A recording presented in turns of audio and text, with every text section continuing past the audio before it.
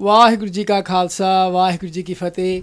ਪੰਥਕ ਮਸਲੇ ਸ਼ੋਅ ਲੈ ਕੇ ਅਸੀਂ ਇੱਕ ਵਾਰ ਫਿਰ ਤੁਹਾਡੇ ਰੂਬਰੂ ਹੋਏ ਹਾਂ ਜੀ। ਅੱਜ ਲਾਈਵ ਤੁਸੀਂ ਬ੍ਰੌਡਕਾਸਟ ਦੇਖ ਰਹੇ ਹਾਂ ਫੇਸਬੁੱਕ, ਯੂਟਿਊਬ, ਅਤੇ ਜਦੋਂ ਇਹ ਚੈਨਲ ਦਾ ਰਿਕਾਰਡ ਹੋ ਜਾਏਗਾ ਸ਼ੋਅ ਅਤੇ ਫਿਰ ਸਿੱਖ ਚੈਨਲ ਦੇ ਉੱਪਰ ਵੀ ਲਾਈਵ ਦਿਖਾਇਆ ਜਾਵੇਗਾ।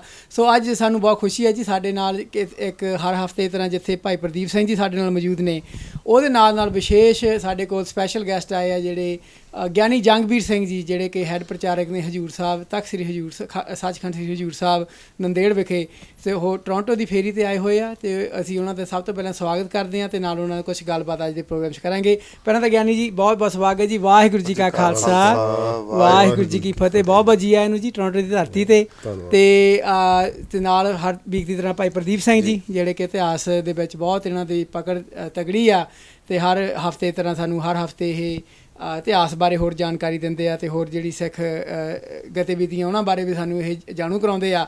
ਪਰ ਅੱਜ ਦਾ ਜਿਹੜਾ ਸ਼ੋਅ ਆ ਜੀ, ਉਹ ਮੇਰੇ ਲਈ ਬਹੁਤ ਹੀ ਜ਼ਿਆਦਾ ਇਹ ਮਹੱਤਵ ਰੱਖਦਾ, ਕਿਉਂਕਿ ਮੇਰੇ ਸ਼ਾਸਤਰ ਵਿੱਦਿਆ ਦੇ ਉਸਤਾਦ ਭਾਈ ਜਸਦੇਵ ਸਿੰਘ ਜੀ ਅਤੇ ਉਸ ਤੋਂ ਬਾਅਦ ਭਾਈ ਜਰਨੈਲ ਸਿੰਘ ਜੀ, ਇਹਨਾਂ ਦੋਹਾਂ ਦੇ ਉਸਤਾਦ ਹੈ ਗਿਆਨੀ ਜੰਗਬੀਰ ਸਿੰਘ ਜੀ। ਸੋ ਜਿੱਥੇ ਇਹਨਾਂ ਤੋਂ ਅਸੀਂ ਗੱਤਕਾ ਵੀ ਸਿੱਖੇ ਹਾਂ ਅਤੇ ਨਾਲ ਗੁਰਮਤਿ ਦੀਆਂ ਗੱਲਾਂ ਵੀ ਬਹੁਤ ਲੰਬੇ ਸਮੇਂ ਤੋਂ ਸਿੱਖਦੇ ਆ ਰਹੇ ਹਾਂ। ਅਤੇ ਅੱਜ ਬੜੀ ਖੁਸ਼ੀ ਹੈ ਜੀ ਗਿਆਨੀ ਜੀ ਸਾਡੇ ਤੁਸੀਂ ਵਿੱਚ ਸ਼ੋਅ ਦੇ ਆਏ ਹਾਂ। ਅਤੇ ਸਭ ਤੋਂ ਪਹਿਲਾਂ ਸਿੱਖ ਚੈਨਲ ਤੁਹਾਨੂੰ ਇੱਕ ਵਾਰ ਫਿਰ ਸਵਾਗਤ ਕਰਦੇ ਹਾਂ। ਅਤੇ ਪਹਿਲਾਂ ਦੱਸੋ ਜੀ, ਕੈਨੇਡਾ ਬਹੁਤ ਚਿਰ ਬਾਅਦ ਆਏ ਹਾਂ ਜੀ, ਕਿਸ ਤਰ੍ਹਾਂ ਅੱਜ ਲੱਗ ਰਿਹਾ ਟੋਰਾਂਟੋ 'ਤੇ ਆ ਕੇ ਜੀ? ਬਹੁਤ ਸੋਹਣਾ ਲੱਗ ਰਿਹਾ, ਪਰ ਥੋੜ੍ਹਾ ਸਰਦੀ ਦਾ ਮੌਸਮ ਆ ਅਤੇ ਕੱਪੜੇ ਥੋੜ੍ਹੇ ਜ਼ਿਆਦਾ ਪਾ ਕੇ ਨਿਕਲਣਾ ਪੈਂਦਾ। ਨਹੀਂ, ਠੀਕ ਹੈ ਜੀ। ਸੋ ਗਿਆਨੀ ਸਭ ਤੋਂ ਪਹਿਲਾਂ ਜਿਹੜੀ ਸੰਗਤਾਂ ਨੂੰ ਆਪਾਂ ਹੋਰ ਵੀ ਸਵਾਲ ਪੁੱਛਾਂਗੇ, ਆਪਣੇ ਜੀਵਨ ਬਾਰੇ ਥੋੜ੍ਹਾ ਤੁਸੀਂ ਸੰਗਤਾਂ ਨੂੰ ਜ਼ਰੂਰ ਦੱਸੋ ਜੀ, ਕਿਉਂਕਿ ਸਾਰਿਆਂ ਨੂੰ ਕਈਆਂ ਨੇ ਨਾਮ ਸੁਣਿਆ ਗਿਆਨੀ ਜੰਗਬੀਰ ਸਿੰਘ ਦਾ, ਤੁਹਾਨੂੰ ਟੀ ਵੀ 'ਚ ਵੀ ਲਾਈਵ ਦੇਖਿਆ ਆ। ਕਥਾ ਜਿਹੜੀ ਹਜ਼ੂਰ ਸਾਹਿਬ ਹੋਈ ਸੀ ਉਸ ਬਾਰੇ ਵੀ ਤੁਸੀਂ ਉੱਥੇ ਸਾਰੀ ਸ੍ਰੀ ਗੁਰੂ ਗ੍ਰੰਥ ਸਾਹਿਬ ਮਹਾਰਾਜ ਸੱਚੇ ਪਾਤਸ਼ਾਹੀ ਕਥਾ ਭੋਗ ਪਾਇਆ, ਅਤੇ ਜਾਣਦੇ ਸਾਰੇ ਆ, ਪਰ ਆਪਣੇ ਜੀਵਨ ਬਾਰੇ ਥੋੜ੍ਹੇ ਪਿਛੋਕੜ ਬਾਰੇ ਜ਼ਰੂਰ ਸਾਨੂੰ ਜਾਣਕਾਰੀ ਦਿਓ ਜੀ। ਤਾਂ ਸੰਖੇਪ ਜੀ, ਉਹਦਾ ਜੇ ਤੁਸੀਂ ਕੁਐਸਚਨ ਰੂਪ 'ਚ ਪੁੱਛਣਾ ਤਾਂ ਫਿਰ ਮੈਂ ਉੱਦਾਂ ਦੱਸੀ ਜਾਣਾ, ਸੰਖੇਪ ਹੀ ਦੱਸ ਦੇਣਾ ਜੇ ਸੰਖੇਪ। ਹਾਂਜੀ, ਮੇਰਾ ਜਨਮ ਸ਼੍ਰੀ ਹਰਗੋਬਿੰਦਪੁਰ ਜੋ ਨਗਰ ਹੈ, ਗੁਰੂ ਹਰਗੋਬਿੰਦ ਸਾਹਿਬ ਜੀ ਮਹਾਰਾਜ ਜਿੱਥੇ ਦੂਸਰਾ ਯੁੱਧ ਫਤਿਹ ਕੀਤਾ, ਅਤੇ ਦੇਵਨੇਤ ਨਾਲ ਕਥਾ ਵੀ ਉੱਥੇ ਹੀ ਆ। ਹੁਣ ਜਦੋਂ ਮਾਲਟਨ ਗੁਰਦੁਆਰੇ ਸਾਹਿਬ ਆਇਆ ਅਤੇ ਕਥਾ ਇਤਿਹਾਸ ਦੀ ਉੱਥੇ ਹੀ ਚੱਲ ਰਹੀ ਹੈ। ਮੇਰੇ ਪਿਤਾ ਜੀ ਟੀਚਰ ਸੀਗੇ ਅਤੇ ਉੱਥੇ ਲਾਗੇ ਕੁਆਟਰ ਸੀਗੇ ਰਿਹਾਇਸ਼ ਦੇ ਮਿਲੇ, ਤਾਂ ਉੱਥੇ ਫਿਰ ਮੇਰਾ ਜਨਮ ਹੋਇਆ ਮਹਾਰਾਜ ਜੀ ਦੇ ਉਸ ਦਮਦਮਾ ਸਥਾਨ 'ਤੇ। ਅਤੇ ਸੋ ਕਿਸ ਤਰ੍ਹਾਂ ਸੀਗਾ ਜੀ ਪਰਿਵਾਰ ਦਾ ਪਿਛੋਕੜ, ਜਾਂ ਇਸ ਗੁਰਮਤਿ ਵੱਲ, ਪਰਿਵਾਰ ਦਾ ਪ੍ਰਚਾਰ ਵੱਲ, ਜਾਂ ਕਿਸ ਤਰ੍ਹਾਂ? ਪਰਿਵਾਰ ਦਾ ਸਾਡੇ ਦਾਦੇ ਪੜਦਾਦੇ ਨਿਹੰਗ ਸਿੰਘ ਆ ਸਾਰੇ, ਤਾਏ ਚਾਚੇ ਨਿਹੰਗ ਸਿੰਘ ਆ ਸਾਰੇ। ਅੱਜ ਵੀ ਜਾ ਕੇ ਤੁਸੀਂ ਪੁੱਛਣਾ ਹੋਵੇ ਤੇ ਅਕਾਲੀਆਂ ਦਾ ਘਰ ਕਿਹੜਾ, ਸਾਡਾ ਦੱਸ ਦੇਣਗੇ ਵੀ ਅਕਾਲੀਆਂ ਦਾ ਘਰ ਆ। ਪਿੱਛੋਂ ਮੇਰੇ ਪਿਤਾ ਪੁਰਖਿਆਂ ਦਾ ਨਗਰ ਨਾਰੋਵਾਲ ਆ, ਕਰਤਾਰਪੁਰ ਸਾਹਿਬ ਦੇ ਲਾਗੇ। ਹਾਂਜੀ, ਸਿਆਲਕੋਟ ਤਾਂ ਵੱਖਰਾ ਜ਼ਿਲ੍ਹਾ ਹਾਂਜੀ। ਅਤੇ ਸਿਆਲਕੋਟ ਜਿਹੜਾ ਤੁਸੀਂ ਬਾਬੇ ਕੀ ਬੇਰ ਅਸਥਾਨ ਆ ਉੱਥੇ, ਅਤੇ ਉਹ ਤਰਨਾ ਦਲ ਦੀ ਮੁੱਖ ਛਾਉਣੀ ਰਹੀ ਆ। 500 ਕਿੱਲਾ ਉੱਥੇ ਜ਼ਮੀਨ ਮੈਂ ਹੁਣ ਦਰਸ਼ਨ ਕਰਕੇ ਆਇਆ, ਪਰ 2 ਕਿੱਲੇ ਹੀ ਹੁਣ ਤਾਂ ਦਿਸਦੇ ਆ। ਸਰੋਵਰ ਵੀ ਅਲੋਪ ਹੋ ਗਿਆ, ਪਰ ਉਹ ਸਰੋਵਰ ਅੰਦਰ ਹੈ ਉੱਦਾਂ, ਅਤੇ ਪਰ ਉਹ ਲੰਘ ਕੇ ਜਾਣਾ ਪੈਂਦਾ, ਅਤੇ ਸਾਡੇ ਪਿਤਾ ਪੁਰਖਿਆਂ ਨੇ ਉੱਥੇ ਸੇਵਾ ਕੀਤੀ ਹੈ। ਅਤੇ ਸੰਖੇਪ ਰੂਪ 'ਚ ਹੀ ਜਿਵੇਂ ਫਿਰ ਵਿੱਦਿਆ ਥੋੜ੍ਹੀ ਪੜ੍ਹੀ, ਅਤੇ ਜਥੇ ਸੰਗਤ 'ਚ ਆਇਆ। ਸ਼੍ਰੀਮਾਨ ਸੰਤ ਬਾਬਾ ਠਾਕੁਰ ਸਿੰਘ ਜੀ ਮਹਾਰਾਜ, ਉਹਨਾਂ ਦੇ ਕੋਲ ਆ ਕੇ ਫਿਰ ਜਥੇ 'ਚ ਵਿੱਦਿਆ ਪੜ੍ਹੀ, ਅਤੇ ਜਿਵੇਂ ਫਿਰ ਉਹਨਾਂ ਦੀ ਸੰਗਤ ਨੇ ਅਸਰ ਕੀਤਾ, ਮਹਾਂਪੁਰਖਾਂ ਦੀ ਸੰਗਤ ਕਰਕੇ ਗੁਰਸਿੱਖੀ ਦਾ, ਗੁਰਮਤਿ ਦਾ ਰੰਗ ਜਿਵੇਂ ਮਹਾਰਾਜ ਸਾਹਿਬ ਜੀ ਸੰਗਤ ਵਿੱਚ ਬਖਸ਼ਿਸ਼ ਕਰਦੇ ਆ। ਫਿਰ ਹੌਲੀ ਹੌਲੀ ਜਿਵੇਂ ਅੰਮ੍ਰਿਤ ਸੰਚਾਰ ਦੀ ਸੇਵਾ, ਜਿਵੇਂ ਵੀ ਜਥੇ ਸੇਵਾਵਾਂ ਪ੍ਰਾਪਤ ਹੋਈਆਂ, ਫਿਰ ਬ੍ਰਹਮ ਵਿੱਦਿਆ ਪੜ੍ਹਨੀ, ਕਥਾ ਦਾ ਕਰਨਾ, ਫਿਰ ਗ੍ਰਸਤੀ ਹੋ ਗਏ, ਅਤੇ ਜਿਵੇਂ ਜਿਵੇਂ ਸਤਿਗੁਰੂ ਫਿਰ ਬਾਹਰਲੇ ਦੇਸ਼ਾਂ 'ਚ ਵਿਚਰੇ। ਇਹ ਸੰਖੇਪ ਜਿਹਾ ਇਤਿਹਾਸ। ਕੁਝ ਸਮਾਂ ਬਾਬਾ ਜੀ ਆਪ ਜੀ, ਮੈਂ ਕਿਹਾ ਤਰਨਾ ਨਾਲ ਵੀ ਸੇਵਾ ਆਪ ਜੀ ਨੇ ਨਿਭਾਈ ਹੈ ਥੋੜ੍ਹਾ ਸਮਾਂ ਉੱਥੇ? ਹਾਂਜੀ। ਸੋ ਇਹ ਕਿਸ ਤਰ੍ਹਾਂ, ਜਦੋਂ ਆਪਾਂ ਗੱਲ ਕਰਦੇ ਜੀ ਇੱਕ ਆਮ ਵਿਦਿਆਰਥੀ ਜੀਵਨ ਤੋਂ ਫਿਰ ਪ੍ਰਚਾਰਕ ਜਾਂ ਗਿਆਨੀ ਰੂਪ ਦੇ ਵਿੱਚ ਵਿਚਰਨ ਦੀ, ਅਤੇ ਉਹ ਕਿਸ ਤਰ੍ਹਾਂ ਦੀ ਇਹ ਪੜ੍ਹਾਈ ਹੁੰਦੀ ਹੈ ਜੀ? ਕਿਉਂਕਿ ਆਮ ਅੱਜ ਕੱਲ੍ਹ ਤਾਂ 2 ਸਾਲ ਕਿਤੋਂ ਪੜ੍ਹ ਕੇ ਪ੍ਰਚਾਰਕ ਬਣਦਾ, ਪਰ ਜੋ ਜਥੇਬੰਦੀਆਂ ਜੋ ਆਪ ਜੀ ਜਿਸ ਤਰੀਕੇ ਨਾਲ ਵਿਚਰ ਰਹੇ, ਕਿਸ ਤਰ੍ਹਾਂ ਦੀ ਪੜ੍ਹਾਈ ਸ਼ੁਰੂਆਤ ਤੋਂ ਕਿਸ ਤਰ੍ਹਾਂ ਹੁੰਦੀ ਹੈ ਜੀ? ਜਿਵੇਂ ਸੰਪਰਦਾਇ ਪ੍ਰਣਾਲੀ ਬਾਰੇ ਗਿਆਨੀ ਚਾਨਣਾ ਪਾਓ। ਇਹ ਪੜ੍ਹਾਈ ਇਸ ਤਰ੍ਹਾਂ ਨਹੀਂ ਹੁੰਦੀ ਇਕੱਲਾ ਕਿਤਾਬੀ ਗਿਆਨ ਹੀ ਪੜ੍ਹਾਇਆ ਜਾਂਦਾ ਜੀ। ਇਹ ਪੜ੍ਹਾਈ ਇਸ ਤਰ੍ਹਾਂ ਕਿ ਆਪ ਝਾੜੂ ਮਾਰੀ ਦਾ ਜੀ, ਆਪ ਲੰਗਰ ਦੀ ਸੇਵਾ ਕਰੀਦੀ ਹੈ। ਜਦੋਂ ਤੁਸੀਂ ਕੋਈ ਹੁਣ ਕਿਤਾਬਾਂ ਤਾਂ ਕੋਈ ਵੀ ਖਰੀਦ ਕੇ ਪੜ੍ਹ ਸਕਦੇ ਆ, ਪਰ ਸਮੁੰਦਰ ਦਾ ਪਾਣੀ ਤੁਸੀਂ ਸਿੱਧਾ ਪੀਓਗੇ ਨਾ ਤੇ ਦਸਤ ਲੱਗ ਜਾਣਗੇ, ਪਰ ਜਦੋਂ ਹਵਾ ਚੱਕਦੀ ਹੈ ਉਸ ਪਾਣੀ ਨੂੰ ਤੇ ਫਿਰ ਉਹਦਾ ਆਕਾਸ਼ 'ਚ ਜਾ ਕੇ ਖਾਰਾਪੁਣਾ ਖਤਮ ਹੋ ਜਾਂਦਾ ਤੇ ਫਿਰ ਵਰਖਾ ਹੁੰਦੀ, ਉਹ ਪਾਣੀ ਦਾ ਖਾਰਾਪੁਣਾ ਉੱਤੇ ਰਹਿ ਜਾਂਦਾ। ਜੀ ਜੀ। ਜਿਨ੍ਹਾਂ ਨੇ ਆਪ ਜੀਵਨ ਕਮਾਇਆ ਨਾ, ਹਾਂਜੀ। ਗੁਰੂ ਗ੍ਰੰਥ ਸਾਹਿਬ ਜੀ ਮਹਾਰਾਜ ਦੀ ਬਾਣੀ ਦੇ ਅਨੁਸਾਰ ਜੀ ਕਿਸੇ ਸਤਪੁਰਸ਼ ਦੇ ਅੱਗੇ ਘਾਲਣਾ ਘਾਲੀ ਹੈ, ਜੀ ਮੁਰਦਾ ਹੋਏ ਮਰੀਦ ਨਾਲ ਗੱਲੀ ਹੋਵਣਾ। ਜੀ। ਹੈਂ, ਉਹ ਜਿਹੜੀ ਘਾਲ ਕਮਾਈ ਕੀਤੀ ਹੈ, ਉਹਨਾਂ ਦੇ ਕੋਲ ਰਹਿ ਕਰਕੇ ਜਦੋਂ ਕੋਈ ਵੀ ਪੁਰਖ ਸੇਵਾ ਕਰਦਾ, ਕੋਈ ਵੀ, ਪਹਿਲਾਂ ਸਾਡੀ ਪ੍ਰਣਾਲੀ ਇਹ ਸੀਗੀ, ਜੀ ਵਿਦਿਆ ਦੇ ਕੇਂਦਰ ਗੁਰਦੁਆਰੇ ਸਾਹਿਬ ਦੇ ਅੰਦਰ ਹੁੰਦੇ ਸੀ, ਗੁਰੂ ਘਰਾਂ ਦੇ ਅੰਦਰ ਜੀ ਵਿਦਿਆ ਸਿਖਾਈ ਜਾਂਦੀ ਸੀ, ਪ੍ਰਣਾਲੀ ਸਾਰੀ ਇਹ ਚੱਲਦੀ ਸੀ। ਅੰਗਰੇਜ਼ ਨੇ ਇਸ ਪ੍ਰਣਾਲੀ ਨੂੰ ਖਰਾਬ ਕੀਤਾ, ਸਾਡੀ ਵਿਦਿਆ ਪ੍ਰਣਾਲੀ ਨੂੰ ਖਰਾਬ ਕੀਤਾ, ਹੋਰ ਸਾਰੀਆਂ ਚੀਜ਼ਾਂ ਨੂੰ ਉਹਨੇ ਖਰਾਬ ਕੀਤਾ।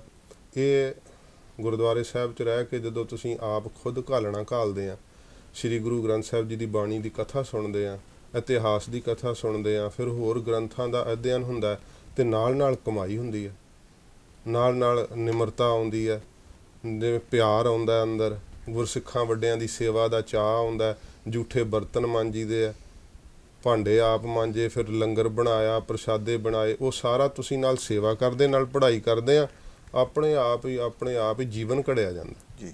ਕੱਲੀ ਦਿਮਾਗੀ ਤੌਰ ਤੇ ਨਹੀਂ ਪੜ੍ਹਾਇਆ ਜਾਂਦਾ, ਜੀਵਨ ਦੀ ਇੱਕ ਜਿਉਣ ਦੀ ਜਾਂਚ ਦੱਸੀ ਜਾਂਦੀ ਜੀ ਬਿਲਕੁਲ ਜੀ। ਜਿਵੇਂ ਭਾਈ ਵੀਰ ਸਿੰਘ ਹੋਣਾ ਨੇ ਵੀ ਕਿਹਾ ਵੀ ਜਿਹੜਾ ਕੋਈ ਅੱਖਾਂ ਦਾ ਸਪੈਸ਼ਲਿਸਟ ਕਿਸੇ ਨੇ ਬਣਨਾ ਹੋਵੇ, 2 ਸਾਲ 3 ਸਾਲ ਦੀ ਪੜ੍ਹਾਈ ਹੈ, ਜਾਂ ਕੋਈ ਕੰਨਾਂ ਦਾ ਜਾਂ ਕੋਈ ਹਾਰਟ ਦਾ, ਪਰ ਜਦੋਂ ਗੁਰਮਤਿ ਦੀ ਗੱਲ ਕਰਦੇ ਹਾਂ, ਗੁਰਮਤਿ ਪੂਰੇ ਵਰਲਡ ਨੂੰ, ਪੂਰੀ ਦੁਨੀਆ ਨੂੰ, ਬ੍ਰਹਿਮੰਡ ਨੂੰ ਇੱਕ ਜਗ੍ਹਾ ਤੇ ਪਰਾਉਣੇ ਆ, ਤੇ ਉਹਦੀ ਕਿੱਡੀ ਵੱਡੀ ਇਹ ਹੋਊਗੀ। ਸੋ ਜਿਵੇਂ ਗਿਆਨੀ ਨੇ ਦੱਸਿਆ ਜੋ ਮਰਿਆਦਾ ਸੀ ਕਿਸ ਤਰੀਕੇ ਨਾਲ, ਸੋ ਹੱਥੀਂ ਜਿਹੜੀ ਕਮਾਈ ਬਹੁਤ ਜ਼ਰੂਰੀ ਹੈ ਜੀ। ਬਿਲਕੁਲ। ਤੇ ਇਹਦੇ ਨਾਲ ਭਾਈ ਪ੍ਰਦੀਪ ਸਿੰਘ ਤੁਹਾਡੀ ਗੱਲ ਵਿੱਚ ਗਿਆਨੀ ਜੀ ਦੀ ਇੱਕ ਗੱਲ ਮੈਂ ਸੰਗਤ ਨੂੰ ਜ਼ਰੂਰ ਇਹ ਹਾਈਲਾਈਟ ਕਰਨਾ ਚਾਹੁੰਦਾ ਵੀ ਜ਼ਰੂਰ ਇਹ 'ਤੇ ਧਿਆਨ ਦੇਣ ਵੀ ਗੁਰਮਤਿ ਜਿਹੜੀ ਬ੍ਰਹਮ ਵਿਦਿਆ ਨਾ ਜੀ, ਗੁਰੂ ਸਾਹਿਬ ਦੀ ਵਿਦਿਆ ਸਿੱਖਣੀ, ਧਾਰਮਿਕ ਵਿਦਿਆ ਗ੍ਰਹਿਣ ਕਰਨੀ, ਇਹਦਾ ਸਿਸਟਮ ਜਿਹੜੀ ਆਮ ਸਕੂਲੀ ਪੜ੍ਹਾਈ ਉਹਦੇ ਨਾਲੋਂ ਬਹੁਤ ਜ਼ਿਆਦਾ ਆ। ਇਹ ਨਹੀਂ ਵੀ ਦੋ ਘੋਟੇ ਲਾ ਲਏ 2 ਚੀਜ਼ਾਂ ਦੇ, ਉਸ ਤੋਂ ਬਾਅਦ ਰੀਗਰਜਿਟੇਟ ਜਿੱਦਾਂ ਇੰਗਲਿਸ਼ ਕਹਿੰਦੇ ਆ ਵੀ ਜੋ ਪੜ੍ਹਿਆ ਉਹ ਚੱਕ ਕੇ ਜਿੱਦਾਂ ਗਾਂ ਜੋ ਚੱਬਦੀ ਅੰਦਰ ਉਹੀ ਬਾਹਰ ਕੱਢ ਦਿੰਦੀ ਆ, ਉਹ ਨਹੀਂ ਗੱਲ ਹੁੰਦੀ। ਇਹਦੇ ਵਿੱਚ ਹੁੰਦਾ ਆਪਣੇ ਜੀਵਨ ਨੂੰ ਢਾਲਣਾ ਗੁਰਮਤਿ ਦੇ ਅਨੁਸਾਰ, ਫਿਰ ਉਹ ਵਿਦਿਆ ਪ੍ਰਾਪਤ ਹੁੰਦੀ ਆ। ਕਿਉਂਕਿ ਇੱਕ ਚੀਜ਼ ਹੁੰਦੀ ਤੁਹਾਡਾ ਦਿਮਾਗੀ ਗਿਆਨ, ਜਿਹਦੇ ਵਿੱਚ ਤੁਸੀਂ ਵਿਦਿਆ ਪ੍ਰਾਪਤ ਕਰਦੇ ਆ ਵਿਦਿਆ, ਉਸ ਵੇਲੇ ਤੁਸੀਂ ਉਹਨੂੰ ਲਰਨ ਕਰਦੇ ਆ ਅਤੇ ਉਹਦੇ ਬਾਅਦ ਜੋ ਪੜ੍ਹਦੇ ਹੋ ਤੁਸੀਂ ਬਾਹਰ ਕੱਢ ਦਿੰਦੇ ਆ, ਜੋ ਆਪਣੇ ਜੋ ਯਾਦ ਕਰਕੇ ਦਰਾ ਦਿੰਦੇ ਆ। ਪਰ ਜਿਹੜੀ ਗੁਰਮਤਿ ਵਿਦਿਆ ਆ, ਗੁਰਮਤਿ ਵਿਧਾਨਤ ਹੈ, ਉਹ ਗੁਰਮਤਿ ਤਾਂ ਖੁੱਲ੍ਹਦੀ ਆ, ਚਾਨਣ ਤਾਂ ਹੁੰਦਾ ਜਦੋਂ ਆਪਣੇ ਜੀਵਨ ਦੇ ਵਿੱਚ ਤੁਸੀਂ ਢਾਲਣ ਲੱਗ ਪੈਂਦੇ। ਉਹਦੀ ਸ਼ਰਧਾ ਬੜੀ ਜ਼ਰੂਰੀ ਆ। ਜਿੱਥੇ ਸ਼ਰਧਾ ਨਹੀਂ, ਭਾਵ ਭਗਤੀ ਨਹੀਂ, ਉੱਥੇ ਫਿਰ ਨਾ ਗੁਰਮਤਿ ਤੁਹਾਡੀ ਬ੍ਰਹਮ ਵਿਦਿਆ ਉੱਥੇ ਸੀਮਿਤ ਰਹਿ ਜਾਂਦੀ ਆ। ਉਹ ਫਲਦੀ ਚਾਹਦਾ ਜਦ ਤੁਹਾਡੇ ਕੋਲ ਕੋਈ ਚੰਗਾ ਉਸਤਾਦ ਹੋਵੇ ਅਤੇ ਨਾਲ ਤੁਸੀਂ ਜਿਹੜੀ ਵਿਦਿਆ ਵਿੱਚ ਆਪਣਾ ਦੁਹਰਾਇਆ ਹੋਵੇ, ਉਹਦੇ ਪਾਠ ਜਿਹੜੇ ਆਪਣੇ ਜੀਵਨ ਵਿੱਚ ਢਾਲੇ ਹੋਣ।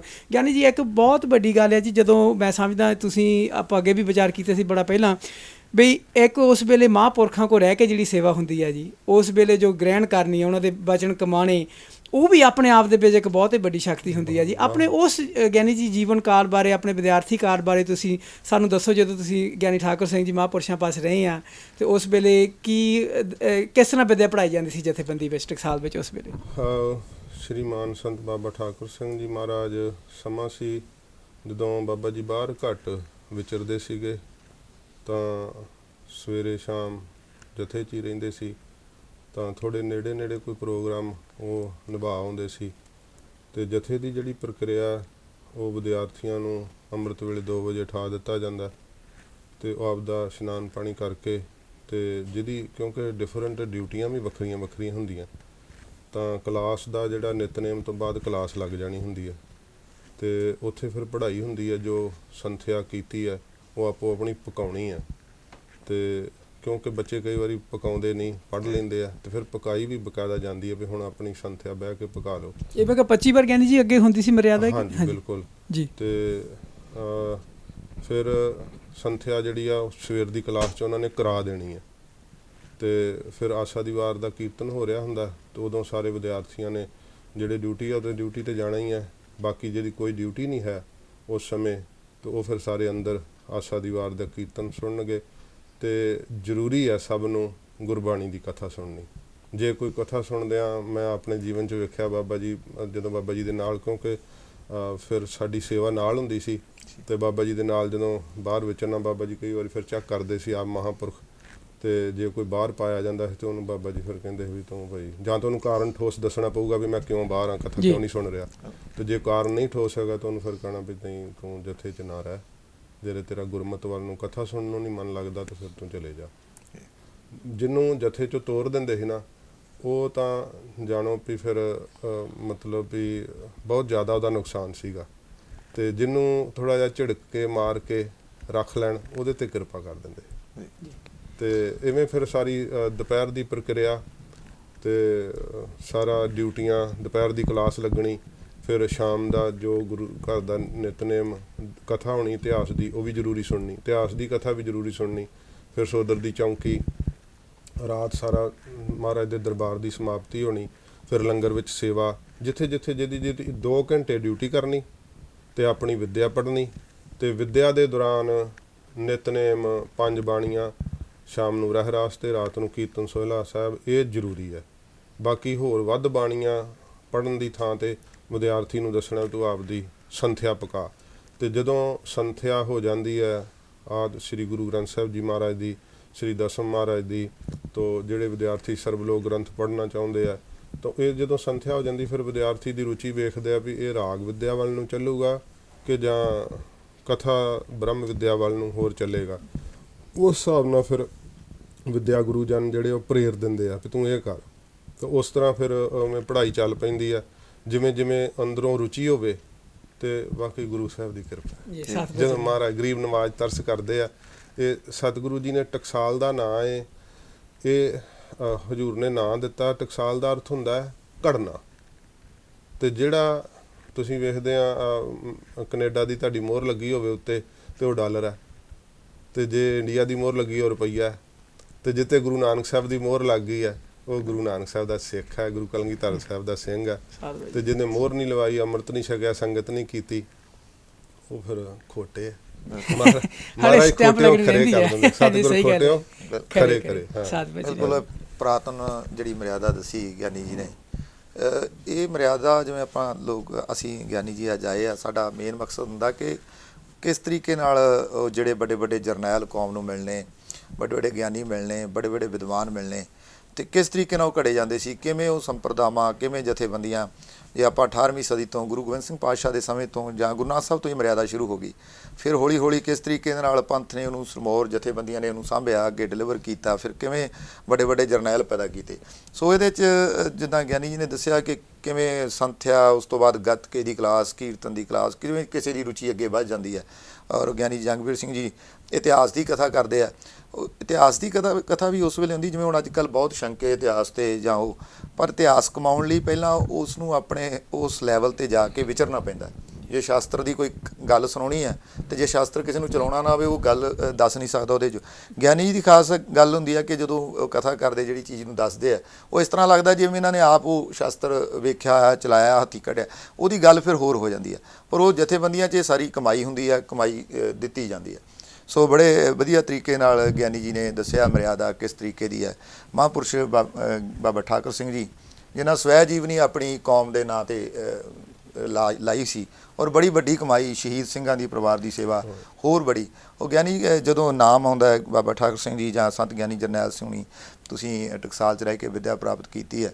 ਖਾਸ ਕਰਕੇ ਨੌਜਵਾਨ ਜਿਹੜੇ ਅੱਜ ਵੀ ਹੈ, ਉਹਨਾਂ ਦੇ ਜੇ ਅੱਜ ਵੀ ਉਹਨਾਂ ਦੇ ਦਿਲ ਦੀ ਗੱਲ ਕੋਈ ਪੁੱਛੇ ਜਾਂ ਦਿਲ 'ਤੇ ਉਹਨਾਂ ਦੀ ਗਹਿਰਾਈ 'ਚ ਕੋਈ ਨਾ ਪੁੱਛੇ, ਅਤੇ ਸੰਤ ਗਿਆਨੀ ਜਰਨੈਲ ਸਿੰਘ ਜੀ ਖਾਲਸਾ ਭਿੰਡਰਾਂ ਵਾਲੇ ਮਹਾਂਪੁਰਸ਼ਾਂ ਦਾ ਨਾਂ ਆਉਂਦਾ। ਆਪ ਜੀ ਬੜੇ ਉਸ ਸਮੇਂ ਜਿਹੜੇ ਮਹਾਂਪੁਰਸ਼ਾਂ ਦੇ ਦਰਸ਼ਨ ਦਿਦਾਰੇ ਕੀਤੇ ਹੋਣਗੇ ਜਾਂ ਨਾਲ ਸਿੰਘ ਰਹੇ ਆ, ਉਹਨਾਂ 'ਚ ਵਿਚਰੇ ਹੋ। ਸੋ ਕੋਈ ਤੁਹਾਨੂੰ ਇਹੋ ਜਿਹੀ ਗੱਲ ਕੋਈ ਤੁਸੀਂ ਸੰਗਤ ਨਾਲ ਦੱਸਣ ਚਾਹੁੰਦੇ ਹੋ, ਜਿਹੜੀ ਗੱਲ ਕੋਈ ਬਹੁਤੀ ਸੰਤਾਂ ਦੀ ਜਿਹੜੀ ਤੁਹਾਡੇ ਦਿਲ ਨੂੰ ਬਹੁਤ ਲੱਗੀ ਹੋਵੇ, ਜਾਂ ਕੋਈ ਇਤਿਹਾਸ ਦੀ ਉਹ ਗੱਲ ਸੰਤ ਗਿਆਨੀ ਜਰਨੈਲ ਸਿੰਘਾਂ ਬਾਰੇ?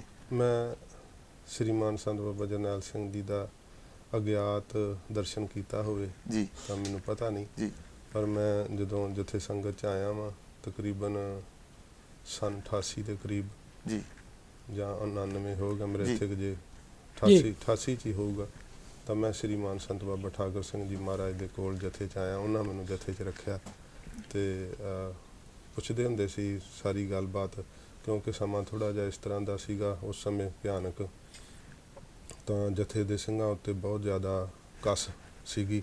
ਅਤੇ ਤੁਹਾਨੂੰ ਪਤਾ ਹੀ ਹੈ ਸਾਰਾ, ਕਿਉਂਕਿ ਤੁਸੀਂ ਸੰਬੰਧਿਤ ਹੋ ਸਾਰੇ। ਤਾਂ ਉਸ ਸਮੇਂ ਮੈਨੂੰ ਇੱਕੋ ਹੀ ਬਚਨ ਬਾਬਾ ਜੀ ਨੇ, ਜਦੋਂ ਸਿੰਘਾਂ ਨੇ, ਕੋਈ ਗੁਰਮੁਖ ਸਿੰਘ ਸੀਗੇ ਜਿਨ੍ਹਾਂ ਨੇ ਆਖਿਆ ਵੀ ਬਾਬਾ ਜੀ ਜਥੇ 'ਚ ਰੱਖਣਾ, ਅਤੇ ਬਾਣੀ ਸੁਣਦੇ ਪਏ ਸੀ। ਜਦੋਂ ਮੇਰੇ ਵੱਲ ਤੱਕਿਆ ਉਹਨਾਂ ਨੇ, ਤਾਂ ਮੈਨੂੰ ਉਹਨਾਂ ਦੀ ਤੱਕਣੀ ਤੋਂ ਡਰ ਲੱਗਿਆ, ਬਹੁਤ ਜ਼ਿਆਦਾ ਮੇਰਾ ਮਨ ਡਰ ਗਿਆ।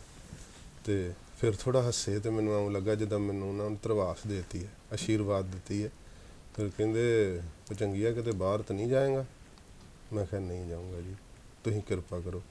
ਤਾਂ ਫਿਰ ਮੈਨੂੰ ਜਥੇ 'ਚ ਰੱਖ ਲਿਆ ਤੇ ਮੇਰੇ ਕੋਲ ਚੋਲਾ ਵੀ ਨਹੀਂ ਸੀਗਾ ਪਾਉਣ ਨੂੰ। ਤੇ ਮਹੀਨੇ ਬਾਅਦ ਮੈਨੂੰ ਬਾਬਾ ਜੀ, ਮੈਂ ਪੌੜੀਆਂ ਵਿਦਿਆਲਿਆ ਦੀ ਉਤਰਦਾ ਪਿਆ ਸਾਂ, ਮਹਾਂਪੁਰਖ ਚੜ੍ਹਦੇ ਪਏ ਸੀ, ਤਾਂ ਮੈਂ ਜਦੋਂ ਸਾਹਮਣੇ ਨਮਸਕਾਰ ਕੀਤੀ ਤੇ ਮੈਨੂੰ ਕਹਿੰਦੇ ਭੁਜੰਗੀਆ ਤੂੰ ਚੋਲਾ ਨਹੀਂ ਪਾਇਆ? ਮੈਂ ਕਿਹਾ ਜੀ ਮਹਾਰਾਜ ਮੇਰੇ ਤੋਂ ਚੋਲਾ ਨਹੀਂ ਹੈਗਾ। ਤੇ ਉਸੇ ਵੇਲੇ ਆਪਣੇ ਗੜਵਈ ਨੂੰ, ਭਾਈ ਪਾਲਾ ਸਿੰਘ ਜੀ ਬਾਬਾ ਜੀ ਦੇ ਗੜਵਈ ਸੀਗੇ, ਉਹਨਾਂ ਨੂੰ ਬੁਲਾਇਆ। ਬਾਬਾ ਜੀ ਕਹਿੰਦੇ ਭੁਜੰਗੀ ਨੂੰ ਚੋਲਾ ਦਿਓ। ਉਹ ਮੇਰਾ ਪਹਿਲਾ ਦਿਨ ਜਦੋਂ ਮੈਂ ਚੋਲਾ ਪਾਇਆ ਤੇ ਫਿਰ ਮੈਨੂੰ ਕਿਰਪਾਨ ਦਿੱਤੀ ਤੇ ਮੈਂ ਸ਼੍ਰੀ ਸਾਹਿਬ ਪਾਈ। ਤੇ ਬਾਬਾ ਜੀ ਦਾ ਆਸਣ ਜਿੱਥੇ ਹੁੰਦਾ ਸੀ, ਆਏ ਗਿਆਂ ਨੂੰ ਮਿਲਦੇ ਹੁੰਦੇ ਸੀ, ਉੱਥੇ ਹੀ ਮੈਂ ਸੌਂਦਾ ਹੁੰਦਾ ਸੀ। ਤੇ ਬਾਬਾ ਜੀ ਦੀ ਨਿਮਰਤਾ ਬਹੁਤ ਸੀਗੀ। ਕੋਈ ਅਸੀਂ ਸ਼ਬਦਾਂ ਨਾਲ ਨਹੀਂ ਮੈਂ ਉਹਨਾਂ ਦੀ ਨਿਮਰਤਾ ਬਿਆਨ ਕਰ ਸਕਦਾ। ਹਰੇਕ ਗੁਰਸਿੱਖ ਦਾ ਬੜਾ ਸਤਿਕਾਰ ਕਰਦੇ ਸੀ, ਜਥੇਬੰਦੀਆਂ 'ਚ ਜਾਂਦੇ ਸੀ, ਬੜਾ ਪਿਆਰ ਕਰਦੇ ਸੀ ਸਭ ਨਾਲ। ਕੋਈ ਗੱਲਾਂ ਅੱਜ ਮੈਂ ਵੈਸੇ ਦੱਸਣਾ ਚਾਹੂੰਗਾ। ਅੱਜ ਕਈ ਜਦੋਂ ਨਵੇਂ ਸਿੰਘ ਜਥੇਬੰਦੀਆਂ 'ਚ ਆਉਂਦੇ ਆ, ਉਹ ਜਥੇਬੰਦੀਆਂ ਦੀਆਂ ਦੂਰੀਆਂ ਵਧਾਉਂਦੇ ਆ, ਪਿਆਰ ਨਹੀਂ ਪਹਿਲਾਂ ਵਾਂਗੂ ਜਿੱਦਾਂ ਸਿੰਘਾਂ ਦਾ ਪਿਆਰ। ਕਿਉਂਕਿ ਮੈਂ ਨਿਹੰਗ ਸਿੰਘਾਂ ਦੇ ਦਲ 'ਚ ਵੀ ਰਿਹਾ। ਤੁਸੀਂ ਵੇਖੋ, ਬਾਬਾ ਮੈਂ ਉਹ ਤੁਸੀਂ ਪੁੱਛਿਆ ਸੀ, ਮੇਰੇ ਜੇਨ 'ਚ ਆ ਗਿਆ ਉਹ ਵੀ ਬਚਨ। ਸ਼੍ਰੀਮਾਨ ਸੰਤ ਬਾਬਾ ਕੀਰਤਨ ਸਿੰਘ ਜੀ, ਮੁਖੀ ਤਰਨਾ ਦਲ, ਸ਼ੀਸ਼ ਤੇ ਫਰਲਾ ਸਜਾਉਂਦੇ ਸੀ ਤੇ ਮੈਂ ਉਹਨਾਂ ਦੀ ਸੰਗਤ ਕੀਤੀ। ਸੰਗਤ ਕਰਨ ਦਾ ਸੁਭਾਅ ਕੀ ਬਣਿਆ, ਬਾਬਾ ਜੀ ਦਾ ਸਾਰੇ ਸਤਿਕਾਰ ਕਰਦੇ ਹੁੰਦੇ ਸੀ। ਬਾਬਾ ਬਿਸ਼ਨ ਸਿੰਘ ਜੀ ਮਹਾਂਪੁਰਖ ਸੀ ਪਹਿਲਾਂ, ਤਾਂ ਉਹਨਾਂ ਦੇ ਸਮੇਂ ਬਾਬਾ ਜੀ ਨੇ ਉੱਥੇ ਜਾਣਾ ਤੇ ਬਹੁਤ ਜ਼ਿਆਦਾ ਸਤਿਕਾਰ ਮਾਣ ਸਭ ਨੇ ਕਰਨਾ। ਤੇ ਉਹਨਾਂ ਨੇ ਜਦੋਂ ਮਹਾਂਪੁਰਖਾਂ ਦੀ ਬਰਸੀ ਹੋਣੀ ਤੇ ਆਉਣਾ, ਨਾਲ 50-60 ਸਿੰਘ ਹੋਣੇ ਤੇ ਬਾਹਰ ਦੇਸੀ ਘਿਓ ਦੇ ਪਕੌੜੇ ਕੱਢਣੇ, ਹੈ ਨਾ। ਤਾਂ ਆ ਸਿੰਘਾਂ ਨੇ ਭੱਜ ਕੇ ਆਸਣ ਵਿਛਾਉਣਾ। ਤਾਂ ਬਾਬਾ ਕੀਰਤਨ ਸਿੰਘ ਜੀ ਮਹਾਂਪੁਰਖ ਜਦੋਂ ਬਣੇ ਆ, ਸਾਰੇ ਪੰਥ 'ਚ ਹੀ ਬਾਬਾ ਜੀ ਦਾ, ਬਾਬਾ ਕੀਰਤਨ ਸਿੰਘ ਜੀ ਦਾ ਮੁਖੀ ਬਣਨ ਤੋਂ ਪਹਿਲਾਂ ਹੀ ਸਤਿਕਾਰ ਸੀਗਾ। ਅਜੇ ਮੁਖੀ ਨਹੀਂ ਸੀ ਬਣੇ ਤੇ ਸ਼੍ਰੀਮਾਨ ਸੰਤ ਬਾਬਾ ਠਾਕਰ ਸਿੰਘ ਜੀ ਆਪ ਜੀ ਨੂੰ ਥੱਲੇ ਨਹੀਂ ਸੀ ਬਹਿਣ ਦਿੰਦੇ, ਆਪਣੇ ਪਲੰਘੇ ਤੇ ਬਿਠਾਉਂਦੇ ਹੁੰਦੇ ਸੀ। ਜਿਹੜੀ ਆਪ ਜੀ ਨੇ ਸ਼ਾਇਦ ਬਹੁਤ ਪ੍ਰਚਲਿਤ ਫੋਟੋ ਵੀ ਸੰਤ ਬਾਬਾ ਠਾਕਰ ਸਿੰਘ ਜੀ ਤੇ ਸੰਤ ਬਾਬਾ ਕੀਰਤਨ ਸਿੰਘ ਜੀ ਦੀ ਵੇਖੀ ਹੈ ਨਾ, ਉਹ ਬਾਬਾ ਜੀ ਦੇ ਮੁਖੀ ਬਣਨ ਤੋਂ ਪਹਿਲਾਂ ਦੀ ਹੈ। ਸੰਤ ਬਾਬਾ ਕੀਰਤਨ ਸਿੰਘ ਜੀ ਜਦੋਂ ਮੁਖੀ ਬਣੇ ਆ ਨਾ, ਉਹ ਪਹਿਲਾਂ ਦੀ ਹੈ। ਸ਼ਹੀਦੀ ਬਾਗ ਹੁੰਦੇ ਸੀਗੇ ਸ੍ਰੀ ਅਨੰਦਪੁਰ ਸਾਹਿਬ, ਉੱਥੋਂ ਚੱਲ ਕੇ ਆਏ ਸੀ ਤੇ ਬਾਬਾ ਜੀ ਨੇ ਬਹੁਤ ਚਾਅ ਕਰਨਾ, ਬਹੁਤ ਖੁਸ਼ ਹੋਣਾ। ਜਦੋਂ ਦੋਵੇਂ ਮਹਾਂਪੁਰਖ ਮਿਲਦੇ ਹੁੰਦੇ ਸੀ, ਅਸੀਂ ਆਪਣੀਆਂ ਅੱਖਾਂ ਨਾਲ ਵੇਖਿਆ ਸਾਰਾ ਕੁਝ। ਤੇ ਬਾਬਾ ਜੀ, ਬਾਬਾ ਠਾਕਰ ਸੋਹਣੀ ਬਾਹਰ ਸੀਗੇ ਉਦੋਂ, ਸ਼ਾਇਦ ਅਮਰੀਕਾ ਸੀਗੇ। ਤੇ ਮੇਰੇ ਨਾਲ ਇੱਕ ਹੋਰ ਸਿੰਘ ਸੀ, ਉਹ ਗਿਆਨੀ ਸਿੰਘ ਜੀ। ਤੇ ਅਸੀਂ ਜਾ ਰਹੇ ਸੀ ਬਾਹਰ ਚੌਂਕ 'ਚ, ਕੁਝ ਸੌਦਾ ਪੱਤਾ ਖਰੀਦਣ ਜਾ ਰਹੇ ਸੀ। ਤੇ ਨਿਹੰਗ ਸਿੰਘਾਂ ਦੀਆਂ ਗੱਡੀਆਂ ਭਰੀਆਂ 3-4 ਆ ਰਹੀਆਂ ਸੀ। ਸਾਨੂੰ ਪਤਾ ਲੱਗ ਗਿਆ ਦੂਰੋਂ ਵੇਖ ਕੇ ਵੀ ਨਿਹੰਗ ਸਿੰਘ ਆਉਂਦੇ ਆ। ਤੇ ਅਸੀਂ ਆਖਿਆ ਵੀ ਬਾਬਾ ਜੀ ਹੋਣਗੇ ਤੇ ਸਮਾਨ ਫੇਰ ਖਰੀਦ ਲਾਂਗੇ ਤੇ ਬਾਬਾ ਜੀ ਦਾ ਦਰਸ਼ਨ ਕਰੀਏ। 2 ਰਸਤੇ ਜਾਂਦੇ ਆ, ਮੇਤੇ ਗੁਰਦੁਆਰੇ ਸਾਹਿਬ ਤੇ ਇੱਕ ਸਿੱਧਾ, ਤੇ ਅਸੀਂ ਪਿੰਡ ਵਾਲੇ ਰਸਤੇ ਸੀਗੇ। ਤੇ ਗੱਡੀਆਂ ਤੇਜ਼ ਆ ਗਈਆਂ, ਪਹਿਲੋਂ ਪਹੁੰਚ ਗਈਆਂ, ਹੌਲੀ ਤੁਰ ਕੇ ਹੀ ਆਉਣਾ ਸੀ। ਉਹਨਾਂ ਚਿਰ ਨੂੰ ਬਾਬਾ ਕੀਰਤਨ ਸਿੰਘ ਜੀ ਮਹਾਂਪੁਰਖ ਅੰਦਰ ਗੁਰਦੁਆਰੇ ਸਾਹਿਬ ਨਮਸਕਾਰ ਕਰਕੇ ਤੇ ਬਾਹਰ ਆ ਰਹੇ ਸੀ। ਹਾਂਜੀ, ਤੇ ਕੋਈ ਭਿੰਨ ਭੇਦ ਨਹੀਂ ਸੀ ਹੁੰਦਾ, ਇੰਨਾ ਪਿਆਰ ਹੁੰਦਾ ਸੀ। ਬਾਹਰ ਆ ਰਹੇ ਸੀ, ਅਸੀਂ ਚਰਨ ਗੰਗਾ ਦੇ ਨੇੜੇ ਦੋਵੇਂ ਪਹੁੰਚ ਗਏ। ਮੇਰੇ ਨਾਲ ਉਹ ਗਿਆਨੀ ਸਿੰਘ ਨੇ, ਉਦੋਂ ਮੈਂ ਕਥਾ ਕਰਦਾ ਸਾਂ, ਉਦੋਂ ਮੈਂ ਕਥਾ ਕਰਦਾ ਸੀਗਾ। ਤੇ ਜਦੋਂ ਬਾਬਾ ਜੀ ਨੂੰ ਅਸੀਂ ਨਮਸਕਾਰ ਕੀਤੀ ਹੈ ਤੇ ਮੈਂ ਜੋ ਉਹ ਤੋਂ ਗੱਲਬਾਤ ਸੁਣ, ਪਹਿਲਾਂ ਕੀ ਹੋ ਰਹੀ ਮੈਨੂੰ ਨਹੀਂ ਪਤਾ, ਜੋ ਮੈਂ ਜਾ ਕੇ ਸੁਣੀ, ਉਸਤਾਦ ਪ੍ਰੇਮ ਸਿੰਘ ਜੀ ਚੜ੍ਹਾਈ ਕਰ ਗਏ ਆ, ਬਹੁਤ ਵਿਦਿਆਰਥੀਆਂ ਨੂੰ ਉਹਨਾਂ ਨੇ ਪੜ੍ਹਾਇਆ। ਉਸਤਾਦ ਜੀ ਨਾਲ ਗੱਲ ਕਰ ਰਹੇ ਸੀ ਬਾਬਾ ਜੀ, ਜੋ ਮੈਂ ਸੁਣਿਆ ਉਸ ਸਮੇਂ। ਕਹਿੰਦੇ ਪ੍ਰੇਮ ਸਿਆਂ, ਜਦੋਂ ਇੱਥੇ ਮੇਤੇ ਨੀਂਹ ਪੱਥਰ ਰੱਖਿਆ ਨਾ, ਤੇ 5 ਮਹਾਂਪੁਰਖਾਂ ਨੇ ਇੱਕ ਇੱਕ ਇੱਟ ਰੱਖੀ ਹੈ। ਤੇ ਮੈਨੂੰ ਵੀ ਉਦੋਂ ਸੰਤਾਂ ਨੇ ਕਿਹਾ ਵੀ ਕੀਰਤ ਸਿਆਂ ਇੱਕ ਇੱਟ ਤੂੰ ਵੀ ਰੱਖ। ਆਪਣੇ ਆਪ ਹੀ ਕਹਿ ਰਹੇ, ਆਪਣੇ ਆਪ ਨੂੰ। ਕਹਿੰਦੇ ਮੈਨੂੰ ਮਹਾਂਪੁਰਖਾਂ ਕਿਹਾ ਵੀ ਕੀਰਤਨ ਸਿੰਘ ਇੱਕ ਇੱਟ ਤੂੰ ਵੀ ਰੱਖ। ਤੇ ਕਹਿੰਦੇ ਇੱਕ ਇੱਟ ਮੈਂ ਰੱਖੀ ਹੈ ਇੱਥੇ, ਤੇ ਮੇਰਾ ਅੱਧ ਬਣਦਾ ਤੁਹਾਡੇ ਗੁਰਦੁਆਰੇ 'ਚ, ਤੇ ਮੈਂ ਆਪਣਾ ਅੱਧ ਲੈਣਾ। ਤੇ ਉਸਤਾਦ ਪ੍ਰੇਮ ਸੋਹਣੀ ਹੱਸ ਕੇ ਕਹਿੰਦੇ ਬਾਬਾ ਜੀ ਸਾਰਾ ਤੁਹਾਡਾ ਵਾ, ਸਾਰਾ ਲੈ ਜਾਓ। ਤੇ ਕਹਿੰਦੇ ਨਹੀਂ ਨਹੀਂ, ਮੈਂ ਭਰਾਵਾਂ ਵਾਲਾ ਅੱਧ ਲੈਣਾ। ਇੰਨੇ ਬਚਨ ਕਹਿੰਦੇ ਸੇਵਾਦਾਰ ਉਹਨਾਂ ਦੇ ਚਰਨੀ ਜੋੜਾ ਪਵਾ ਰਿਹਾ ਸੀ ਨਿਹੰਗ ਸਿੰਘ। ਤੇ ਅਸੀਂ ਤਾਂ ਲਾਗੇ ਖਲੋਤੇ ਸੀ। ਕਹਿੰਦੇ ਮੈਂ ਆਪਣਾ ਅੱਧ ਲੈਣਾ, ਭਰਾਵਾਂ ਵਾਲਾ ਅੱਧ ਨਹੀਂ ਛੱਡਣਾ। ਇੰਨਾ ਬਚਨ ਕਹਿ ਕੇ ਮੇਰੇ ਮੋਢੇ ਦੇ ਉੱਤੋਂ ਦੀ ਬਾਂਹ ਪਾ ਕੇ ਕਹਿੰਦੇ ਮੈਂ ਆਪਣਾ ਅੱਧ ਲੈ ਚੱਲਿਆ। ਸਾਰੇ ਮੈਨੂੰ ਹੈਰਾਨਗੀ ਹੋ ਗਈ, ਇੱਕਦਮ ਮੇਰੇ ਸਰੀਰ ਦੇ ਵਿੱਚ ਰੌਂ ਕੰਢੇ ਖੜੇ ਹੋ ਗਏ ਵੀ ਇਹ ਕੀ ਬਾਬਾ ਜੀ ਕਹਿ ਰਹੇ ਆ। ਤੇ ਮੈਨੂੰ ਨਾਲ ਲੈ ਤੁਰੇ ਤੇ ਭੁਚੰਗੀਆਂ ਨੇ ਰੌਲਾ ਪਾਤਾ, ਨਿਹੰਗ ਸਿੰਘ ਲੈ ਗਏ, ਨਿਹੰਗ ਸਿੰਘ ਹਾਂਜੀ ਮੇਰਾ ਨਾਂ ਲੈ ਕੇ ਵੀ ਨਿਹੰਗ ਸਿੰਘ ਲੈ ਗਏ। ਮੈਂ ਕੁਛ ਵੀ ਨਹੀਂ ਕਹਿ ਸਕਿਆ। ਹੁਣ ਦਿਲੋਂ ਮੈਂ ਸਤਿਕਾਰ ਕਰਦਾ ਸੀ। ਸ਼ਹੀਦੀ ਬਾਗ ਜਾਂਦੇ ਸਾਂ, ਬਾਬਾ ਜੀ ਘਿਓ ਦੀ ਕੜਛੀ ਵਰਤਾਉਂਦੇ ਹੁੰਦੇ ਸੀ, ਅੱਧੀ ਰਾਤ ਸਿੰਘ ਚਲੇ ਜਾਣਾ, ਆਪ ਪ੍ਰਸ਼ਾਦਾ ਵਰਤਾਉਂਦੇ ਹੁੰਦੇ ਸੀ, ਬਹੁਤ ਸੇਵਾ ਕਰਦੇ ਸੀ, ਬਹੁਤ ਜ਼ਿਆਦਾ। ਕਈ ਵਾਰੀ ਸੰਗਤ ਦੇ ਜੋੜਿਆਂ 'ਚ ਬਹਿ ਜਾਂਦੇ ਹੁੰਦੇ ਸੀ, ਇੰਨੀ ਨਿਮਰਤਾ ਸੀ ਉਹਨਾਂ 'ਚ ਵੀ। ਮੈਂ ਆਪਣੇ ਜੀਵਨ 'ਚ ਉਹਨਾਂ ਦੋਹਾਂ ਮਹਾਂਪੁਰਖਾਂ ਦੀ ਸੰਗਤ ਕੀਤੀ, ਸ੍ਰੀ ਮਾਨ ਸੰਤ ਬਾਬਾ ਠਾਕਰ ਸਿੰਘ ਜੀ ਨਾਲ, ਤੇ ਜੀਵਨ ਦਾ ਲੰਮਾ ਸਮਾਂ ਸੰਗਤ ਕੀਤੀ। ਤੇ ਤਕਰੀਬਨ 2-2.5 ਸਾਲ ਸੰਤ ਬਾਬਾ ਕੀਰਤਨ ਸਿੰਘ ਜੀ ਮਹਾਂਪੁਰਖਾਂ ਦੀ ਸੰਗਤ ਕੀਤੀ। ਫਿਰ ਜਦੋਂ ਮੈਂ ਮਤਲਬ ਵੀ ਥੋੜ੍ਹਾ ਇੰਨੀ ਮੱਤ ਨਹੀਂ ਸੀ, ਤਾਂ ਮੈਂ ਬਹਾਨੇ ਲਾਵਾਂ ਬਾਬਾ ਜੀ ਵੀ ਕਛਹਿਰਾ ਪਰਨਾ ਲੈ ਲਈਏ। ਉਹ ਭੁਜੰਗੀਆਂ ਬੜੇ ਸਾਡੇ ਕੋਲ ਉੱਥੇ ਕਛਹਿਰੇ। ਫਿਰ ਮੈਂ ਜੀ ਮੈਂ ਚੋਲਾ ਲੈ ਲਾ, ਉਹ ਬੜੇ ਚੋਲੇ ਸਾਡੇ ਕੋਲ। ਬਸ ਅਗਲੀ ਸੀਟ ਤੇ ਮੈਨੂੰ ਨਾਲ ਬਿਠਾਇਆ। ਡਰਾਈਵਰ ਜਿੱਥੇ ਬਾਬਾ ਜੀ ਆਪ ਬੈਠਦੇ ਨਾ, ਉਹਨਾਂ ਸਮਿਆਂ 'ਚ ਥੋੜ੍ਹਾ ਇੱਦਾਂ ਸੀਗਾ ਵੀ ਸਾਦਗੀ ਬਹੁਤ ਸੀਗੀ, ਤੇ ਡਰਾਈਵਰ ਬਾਬਾ ਜੀ ਦਾ ਉਹ ਚਲਾਵੇ ਤੇ ਮੈਨੂੰ ਵਿਚਕਾਰ ਬਿਠਾਇਆ, ਤੇ ਇੱਧਰ ਬਾਬਾ ਜੀ ਬੈਠੇ ਤੇ ਸਾਰੇ ਜਥੇ 'ਚ ਵੀ ਮੈਨੂੰ ਲੈ ਗਏ। ਤੇ ਉੱਥੇ ਫਿਰ ਜਾ ਕੇ ਬਾਬਾ ਜੀ ਮੈਨੂੰ ਰਸਤੇ 'ਚ ਕਹਿੰਦੇ ਜਾਣ, ਜੰਗਿਆ ਕੋਠੜੀ ਦਾਂਗੇ ਤੈਨੂੰ, ਸਾਡੇ ਕੋਲ ਕੋਠੜੀ ਹੈਗੀ ਇੱਕ। ਤੇ ਗੇਟ ਦੇ ਨਾਲ ਜਿਹੜਾ ਕਮਰਾ ਸੀ, ਉੱਥੇ ਫਿਰ ਬਾਬਾ ਜੀ ਨੇ ਮੇਰਾ ਆਸਣ ਲਵਾਤਾ। ਤੇ ਉਹ ਸਾਦਗੀ ਵਾਲਾ ਪੈਰਾ ਸੀ ਸਾਰਾ, ਜੰਗਲ ਪਾਣੀ ਵੀ ਬਾਹਰ ਹੀ ਜਾਣਾ ਪੈਂਦਾ ਹੁੰਦਾ ਸੀ। ਜਿਹੜਾ ਬਾਬਾ ਕਾਲੇ ਸਾਹਿਬ ਛੇਵੇਂ ਪਾਤਸ਼ਾਹ ਹਾਂਜੀ ਅਸਥਾਨ ਹੈ ਨਾ, ਜਿਹੜਾ ਮੁੱਖ ਹੈੱਡਕੁਆਟਰ ਹੈ, ਉੱਥੇ ਫਿਰ ਬਾਬਾ ਜੀ ਨੇ ਬੜਾ ਪਿਆਰ ਕਰਨਾ। ਉੱਥੇ ਛੇਵੇਂ ਪਾਤਸ਼ਾਹ ਜੀ ਦੀ ਲੜੀਵਾਰ ਕਥਾ ਉਦੋਂ ਚੱਲ ਰਹੀ ਸੀਗੀ, ਤੇ ਬਾਬਾ ਜੀ ਰੋਜ਼ ਨਿਯਮ ਨਾਲ ਸਰੋਵਰ ਤੇ ਕਥਾ ਸੁਣਨ ਆਉਂਦੇ ਸੀ। ਕਥਾ ਸਵੇਰੇ ਅੰਮ੍ਰਿਤ ਵੇਲੇ ਹੁੰਦੀ ਇਤਿਹਾਸ ਦੀ ਕਥਾ, ਉਦਾਮ ਸ਼ਾਮ ਨੂੰ ਹੁੰਦੀ ਹੈ ਨਾ, ਉੱਥੇ ਇਤਿਹਾਸ ਦੀ ਕਥਾ ਸਵੇਰ ਵੇਲੇ ਹੁੰਦੀ ਸੀ। ਤੇ ਬਾਬਾ ਜੀ ਆਪ ਬਹਿ ਕੇ ਸੁਣਦੇ ਹੁੰਦੇ ਸੀ। ਤੇ ਇੱਕ ਵਾਰੀ ਬਾਬਾ ਜੀ ਮੈਨੂੰ ਚੇਤਾ, ਬਹੁਤ ਬਾਬਾ ਜੀ ਬਿਮਾਰ ਸੀਗੇ, ਤੇ ਫਿਰ ਵੀ ਲੰਮੇ ਪੈ ਕੇ ਕਥਾ ਸੁਣੀ। ਤੇ ਉਹ ਗੁਰੂ ਹਰਗੋਬਿੰਦ ਸਾਹਿਬ ਨੇ ਪਹਿਲਾ ਯੁੱਧ ਫਤਿਹ ਕਰਨਾ ਸੀ, ਉਹ ਯੁੱਧ ਸੀਗਾ, ਤੇ ਬਾਬਾ ਜੀ ਨੇ ਬਹਿ ਕੇ ਸੁਣੀ। ਫਿਰ ਕਈ ਵਾਰੀ ਸੁਖਮਨੀ ਸਾਹਿਬ ਦਾ ਪਾਠ ਸੁਣਨਾ, ਅੱਗੇ ਮੈਨੂੰ ਬਿਠਾ ਲੈਣਾ। ਤੇ ਮੈਂ ਇਹ ਜ਼ਿਕਰ ਕਰਦਾ ਵੀ ਕਿੰਨਾ ਪਿਆਰ ਸੀਗਾ। ਬਾਬਾ ਜੀ ਬਹੁਤ ਪਿਆਰ ਕਰਦੇ ਸੀ। ਕਈ ਵਾਰੀ ਕੋਈ ਗੁੱਸੇ ਵੀ ਹੋ ਜਾਣਾ ਨਾ, ਤੇ ਬਾਬਾ ਜੀ ਫੜ ਕੇ ਉਹਨੂੰ ਹਿਲਾਉਣਾ, ਕਈ ਵਾਰੀ ਵੀ ਇਹ ਕੀ ਕਰਤਾ, ਉਹ ਕੀ ਕਰਦਾ, ਉਹ ਕੋਈ ਨਹੀਂ, ਬਹਿ ਜਾਓ ਮੇਰੀ ਗੱਲ ਸੁਣੋ। ਜਿੱਦਾਂ ਦੋ ਭਰਾ ਨਹੀਂ ਆਪਸ 'ਚ ਕਰਦੇ, ਇਵੇਂ ਮਤਲਬ ਵੀ ਇੰਨਾ ਪਿਆਰ ਹੁੰਦਾ ਸੀ ਆਪਸ ਦੇ ਵਿੱਚ। ਸਿੰਘ ਨੂੰ ਸਿੰਘ ਮਿਲਦਾ ਬੜਾ ਚਾਅ ਚੜ੍ਹਦਾ ਹੁੰਦਾ ਸੀ। ਭੱਜ ਕੇ ਕਈ ਵਾਰੀ ਬਾਬਾ ਜੀ ਨੇ ਚਲੋ ਉਹ ਮਤਲਬ ਵੀ ਘਰੇਲੂ ਗੱਲਾਂ ਕਈ ਹੁੰਦੀਆਂ ਨੇ, ਤੇ ਉਹ ਵੀ ਬਾਬਾ ਜੀ ਨੇ ਪੁੱਛ ਲੈਣੀਆਂ ਵੀ ਉਹ ਫਲਾਣਾ ਕੀ ਕਰ ਰਿਹਾ, ਇਹ ਕੀ ਕਰ ਰਿਹਾ। ਜਿੱਦਾਂ ਅਸੀਂ ਕਿਸੇ ਦੇ ਘਰ ਤੁਸੀਂ ਜਾ ਕੇ ਕਿਸੇ ਨੂੰ ਪੁੱਛੋਗੇ ਵੀ ਆਹ ਕਿਉਂ ਤੁਸੀਂ ਕਰਦੇ ਪਏ, ਆਹ ਕਿਉਂ ਕਰਦੇ, ਨਹੀਂ ਪੁੱਛ ਸਕਦਾ। ਪਰ ਬਾਬਾ ਜੀ ਸਾਰੇ ਪੰਥ ਨੂੰ ਆਪਣਾ ਇੱਕ ਘਰ ਸਮਝਦੇ ਸੀ ਮਹਾਂਪੁਰਖ। ਇਹ ਸਾਡਾ ਪੰਥ ਇੱਕ ਹੈ। ਬਿਲਕੁਲ। ਤੇ ਜਦੋਂ ਕੋਈ ਆਪਾਂ ਵਖਰੇਵੇਂ ਵਾਲੀ ਗੱਲ ਕਰਦੇ ਆ, ਉਹਦੇ ਨਾਲ ਬੁੱਧੀ ਸੰਕੀਰਨ ਹੋ ਜਾਂਦੀ ਹੈ। ਤੋ ਇਹ ਮਹਾਰਾਜ ਦਾ ਆਪਣਾ ਬਚਨ ਹੈ ਜੀ, ਜਿਹੜੇ ਗੁਰਸਿੱਖ ਹੈ ਜੀ ਆਪਣੇ, ਜਿੱਦਾਂ ਗੁਰਸਿੱਖ ਨੀਤ ਚਲੋ ਗੁਰਚਾਲੀ, ਮਹਾਰਾਜ ਨੇ ਤਾਂ ਇਕੱਠੇ ਰਹਿਣ ਦਾ ਸਾਨੂੰ ਉਪਦੇਸ਼ ਦਿੱਤਾ ਹੈ ਜੀ। ਸਾਂਝ ਕਰੇ ਗੁਣਾ ਕੇਰੀ ਛੋੜ ਅਵਗਨ ਚੱਲੀਏ, ਐਸੇ ਐਸੇ ਮਹਾਂਬੁਖ ਵਾਕ ਮਾਰ ਸੱਚੇ ਪਾਤਸ਼ਾਹ ਨੇ ਕੀਤੇ। ਇਹ ਵੀ ਜਿਹੜੀਆਂ ਗਿਆਨੀ ਜੀ ਨੇ ਗੱਲ ਦੱਸੀ ਹੈ, ਇੱਕ ਜਿਹੜੇ ਅੱਜ ਹੁਣ ਸਿੰਘ ਆਪਣੇ ਦੇਖ ਰਹੇ ਨੇ ਇੰਟਰਵਿਊ, ਸਾਡਾ ਮਕਸਦ ਹੁੰਦਾ ਕਿ ਕਿਸ ਤਰੀਕੇ ਨਾਲ ਪੁਰਾਤਨ ਜਿਹੜੇ ਸਿੰਘ ਆ ਉਹਨਾਂ ਦੀਆਂ ਕਿਵੇਂ ਚੱਲ ਰਹੀਆਂ ਸੰਪਰਦਾਵਾਂ, ਕਿਵੇਂ ਅਸੀਂ ਖੁਦ ਮੈਂ ਦਾਸ ਨੂੰ ਬੜੀ ਵਾਰੀ ਗਿਆਨੀ ਜਿਵੇਂ ਗਿਆਨੀ ਜੀ ਨੇ ਦੱਸਿਆ, ਸ਼ਹੀਦੀ ਬਾਗ ਅਨੰਦਪੁਰ ਸਾਹਿਬ ਰਹਿਣ ਕਰਕੇ ਸ਼ਹੀਦੀ ਬਾਗ ਬਹੁਤ ਮਹਾਂਪੁਰਸ਼ਾਂ ਦੇ ਕੋਲ ਰਹਿਣ ਦਾ ਮੌਕਾ ਮਿਲਿਆ। ਬੜਾ ਸੁਭਾਅ ਉਹਨਾਂ ਦਾ ਬਿਲਕੁਲ ਹੀ ਇਸੇ ਤਰ੍ਹਾਂ ਦਾ ਹੀ, ਬੇਪਰਵਾਹ। ਜਿਹੜੇ ਹੱਥ ਮੈਨੂੰ ਇੱਕ ਵਾਰ ਸੇਵਾ ਮੈਂ ਲੱਗਿਆ ਕਰਨ, ਤੇ ਉਹ ਖੰਜਰ ਲਾ ਕੇ ਰੱਖਿਆ, ਛੋਟੀ ਸ੍ਰੀ ਸਾਹਿਬ ਪਾਈ ਸੀ ਡੋਰੀ ਵਾਲੀ, ਤੇ ਉਹ ਮੈਨੂੰ ਆਂਦੇ ਖੰਜਰ ਕਿੱਥੇ ਆ ਸਿੰਘ? ਮੈਂ ਕਿਹਾ ਵੀ ਖੰਜਰ ਮਹਾਂਪੁਰਸ਼, ਮੈਂ ਬੋਲਿਆ ਨਹੀਂ, ਮੈਂ ਜੀ ਉਹ ਇਸ ਤਰ੍ਹਾਂ। ਉਹਨਾਂ ਆਇਆ ਵੀ ਉਹ ਕੋਲ ਮਹਾਂਪੁਰਸ਼ਾਂ ਦਾ ਖੰਜਰ ਬਹੁਤ ਸੋਹਣਾ ਸੀਗਾ ਜੀ, ਬੜੀ ਕੀਮਤ ਸੀਗੀ ਬਾਬਾ ਜੀ ਦੀ। ਤੇ ਮੈਨੂੰ ਆਂਦੇ ਆ ਲੈ ਲਾ। ਮੈਂ ਜੀ ਪਾਸ਼ੋ ਨਹੀਂ ਹੈਗਾ। ਆਂਦੇ ਨਹੀਂ ਕੋਈ ਗੱਲ ਨਹੀਂ, ਇਹ ਲੈ ਲਓ। ਤੇ ਮੈਂ ਨਹੀਂ ਪਾਸ਼ ਵੀ ਉੱਥੇ ਲਾ ਕੇ ਰੱਖਿਆ ਸੀ ਜੀ। ਫਿਰ ਆਂਦੇ ਲਾਉਣਾ ਨਹੀਂ, ਗਲ 'ਚ ਪਾਈਏ। ਤੇ ਇਸ ਤਰੀਕੇ ਦਾ ਬੇਪਰਵਾਹ ਸਾਧੂ ਸੀਗੇ ਜੀ। ਸੋ ਉਹਨਾਂ ਵੇਲੇ ਅਸੀਂ ਬਾਬਾ ਜੀ ਨਾਲ ਜਾਂਦੇ ਰਹੇ, ਬਾਬਾ ਦਿਆਲ ਸਿੰਘ ਸਾਹਿਬ ਜੀ, ਬਾਬੇ ਠਾਕਰ ਸੁਣਾ ਨਾਲ ਮਿਲਦੇ ਵੇਖਦੇ ਰਹੇ ਹਾਂ। ਉਹ ਬਾਬੇ ਕੀਰਤਨ ਸੁਣੀ ਨਾਮ ਲਿਆ ਆਪ ਜੀ ਨੇ, ਉਹ ਸਾਰੀਆਂ ਗੱਲਾਂ ਕਈ ਵਾਰੀ ਸੀਨ ਸਾਹਮਣੇ ਆ ਜਾਂਦਾ ਸ਼ਹੀਦੀ ਬਾਗ। ਸੋ ਉਹ ਇੰਨਾ ਪਿਆਰ ਹੁਣ ਵੀ ਜਥੇਬੰਦੀਆਂ ਦਾ ਬਹੁਤ ਹੈ। ਪਰ ਜਿਹੜੇ ਨਵੇਂ ਸਿੰਘ ਜੁੜਦੇ ਆ, ਉਹਨਾਂ ਨੂੰ ਜ਼ਰੂਰ, ਜਿਵੇਂ ਗਿਆਨੀ ਜੀ ਨੇ ਗੱਲ ਕੀਤੀ ਹੈ, ਇਹ ਚੀਜ਼ਾਂ ਬਰਕਰਾਰ ਰੱਖਣੀਆਂ ਚਾਹੀਦੀਆਂ। ਬਿਲਕੁਲ। ਸੋ ਗਿਆਨੀ ਜੀ, ਫਿਰ ਅਗਲੀ ਗੱਲ ਕਰਦੇ ਆਪਾਂ, ਕਿਸ ਤਰੀਕੇ ਨਾਲ ਫਿਰ ਹਜੂਰ ਸਾਹਿਬ ਦੀ ਤੱਕ ਕਿਵੇਂ ਪਹੁੰਚੇ ਜੀ ਆਪ ਜੀ? ਅਸਲ 'ਚ ਤਖਤ ਸੱਚਖੰਡ ਸ੍ਰੀ ਹਜੂਰ ਸਾਹਿਬ ਜਦੋਂ ਮੈਂ ਵਿੱਦਿਆ ਸੰਪੂਰਨ ਕੀਤੀ ਹੈ, ਉਦੋਂ ਫਿਰ ਜਦੋਂ ਪਹਿਲੀ ਵਾਰੀ ਦਰਸ਼ਨ ਕੀਤਾ ਸੱਚਖੰਡ ਸ੍ਰੀ ਹਜੂਰ ਸਾਹਿਬ, ਉਦੋਂ ਮੈਂ ਦਲ ਨਾਲ ਹੀ ਗਿਆ ਵਾਂ।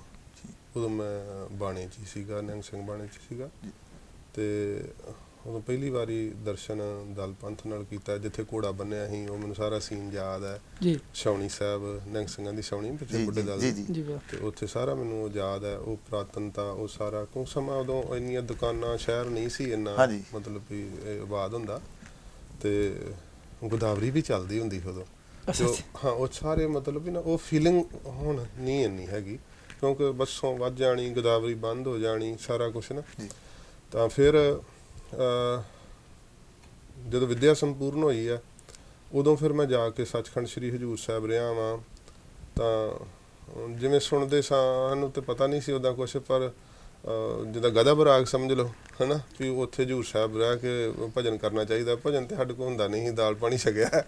ਤੇ ਉਹ ਫਿਰ ਉਦੋਂ ਸਿੰਘ ਸਾਹਿਬ ਜੀ, ਜਥੇਦਾਰ ਬਾਬਾ ਕੁਲਵੰਤ ਸਿੰਘ ਜੀ ਮੀਤ ਗ੍ਰੰਥੀ ਦੀ ਡਿਊਟੀ ਕਰਦੇ ਸੀਗੇ, ਅਤੇ ਉਹਨਾਂ ਦਾ ਇਹੋ ਜਿਹਾ ਸੁਭਾਅ ਸੀਗਾ ਕਿ ਹੁਣ ਵੀ ਜਿਹੜਾ ਇੱਕ ਵਾਰੀ ਉਹਨਾਂ ਨੂੰ ਮਿਲ ਲੈਂਦਾ ਉਹ ਖਿੱਚ ਪੈਂਦੀ ਹੈ ਕੋਈ, ਅਤੇ ਉਹਨਾਂ ਨਾਲ ਪਿਆਰ ਬਣ ਗਿਆ। ਬਸ ਉਹਨਾਂ ਨੇ ਬਹੁਤ ਪਿਆਰ ਦਿੱਤਾ। ਫਿਰ ਤਾਲਮੇਲ ਇੱਦਾਂ ਦਾ ਰਲਿਆ ਵੀ ਬਸ ਪ੍ਰੇਮ ਦੇ ਨਾਲ ਉੱਥੇ ਫਿਰ ਹਜ਼ੂਰ ਸਾਹਿਬ ਰਹਿਣ ਨੂੰ ਦਿਲ ਇੰਨਾ ਲੱਗ ਗਿਆ। ਅਤੇ ਤਕਰੀਬਨ ਮੈਂ ਲੱਗਦਾ 1.5-2 ਸਾਲ ਉਦੋਂ ਰਿਹਾ। ਫਿਰ ਸ਼੍ਰੀਮਾਨ ਸੰਤ ਬਾਬਾ ਠਾਕੁਰ ਸਿੰਘ ਜੀ ਉਦੋਂ ਭਾਰਤ ਵਰਸ਼ ਦੀ ਫਿਰ ਮਹਾਂਪੁਰਖਾਂ ਫੇਰੀ ਕੱਢੀ, ਉਦੋਂ ਪਹਿਲੀ ਫੇਰੀ ਸੀ।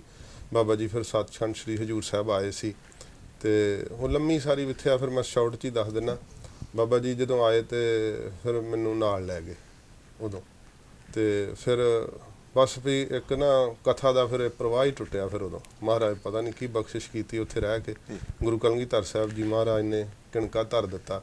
ਪੜ੍ਹ ਤੇ ਲਿਆ ਸੀ, ਪਰ ਪੜ੍ਹਿਆ ਨਹੀਂ ਗੱਲ ਹੁੰਦੀ ਜਿੰਨਾ ਚਿਰ ਬਖਸ਼ਿਸ਼ ਨਾ ਮਹਾਰਾਜ ਕਰਨ। ਸਤਿਗੁਰੂ ਜੀ ਨੇ ਗਰੀਬ ਜਾਣ ਕੇ ਕੋਈ ਰਹਿਮਤ ਕੀਤੀ ਇਹੋ ਜੀ, ਬਸ ਗਰੀਬੀ ਵੀ ਕੱਟਤੀ, ਸਭ ਕੁਛ ਹੀ ਮਹਾਰਾਜ ਨੇ ਨਿਹਾਲ ਹੀ ਕਰਤਾ।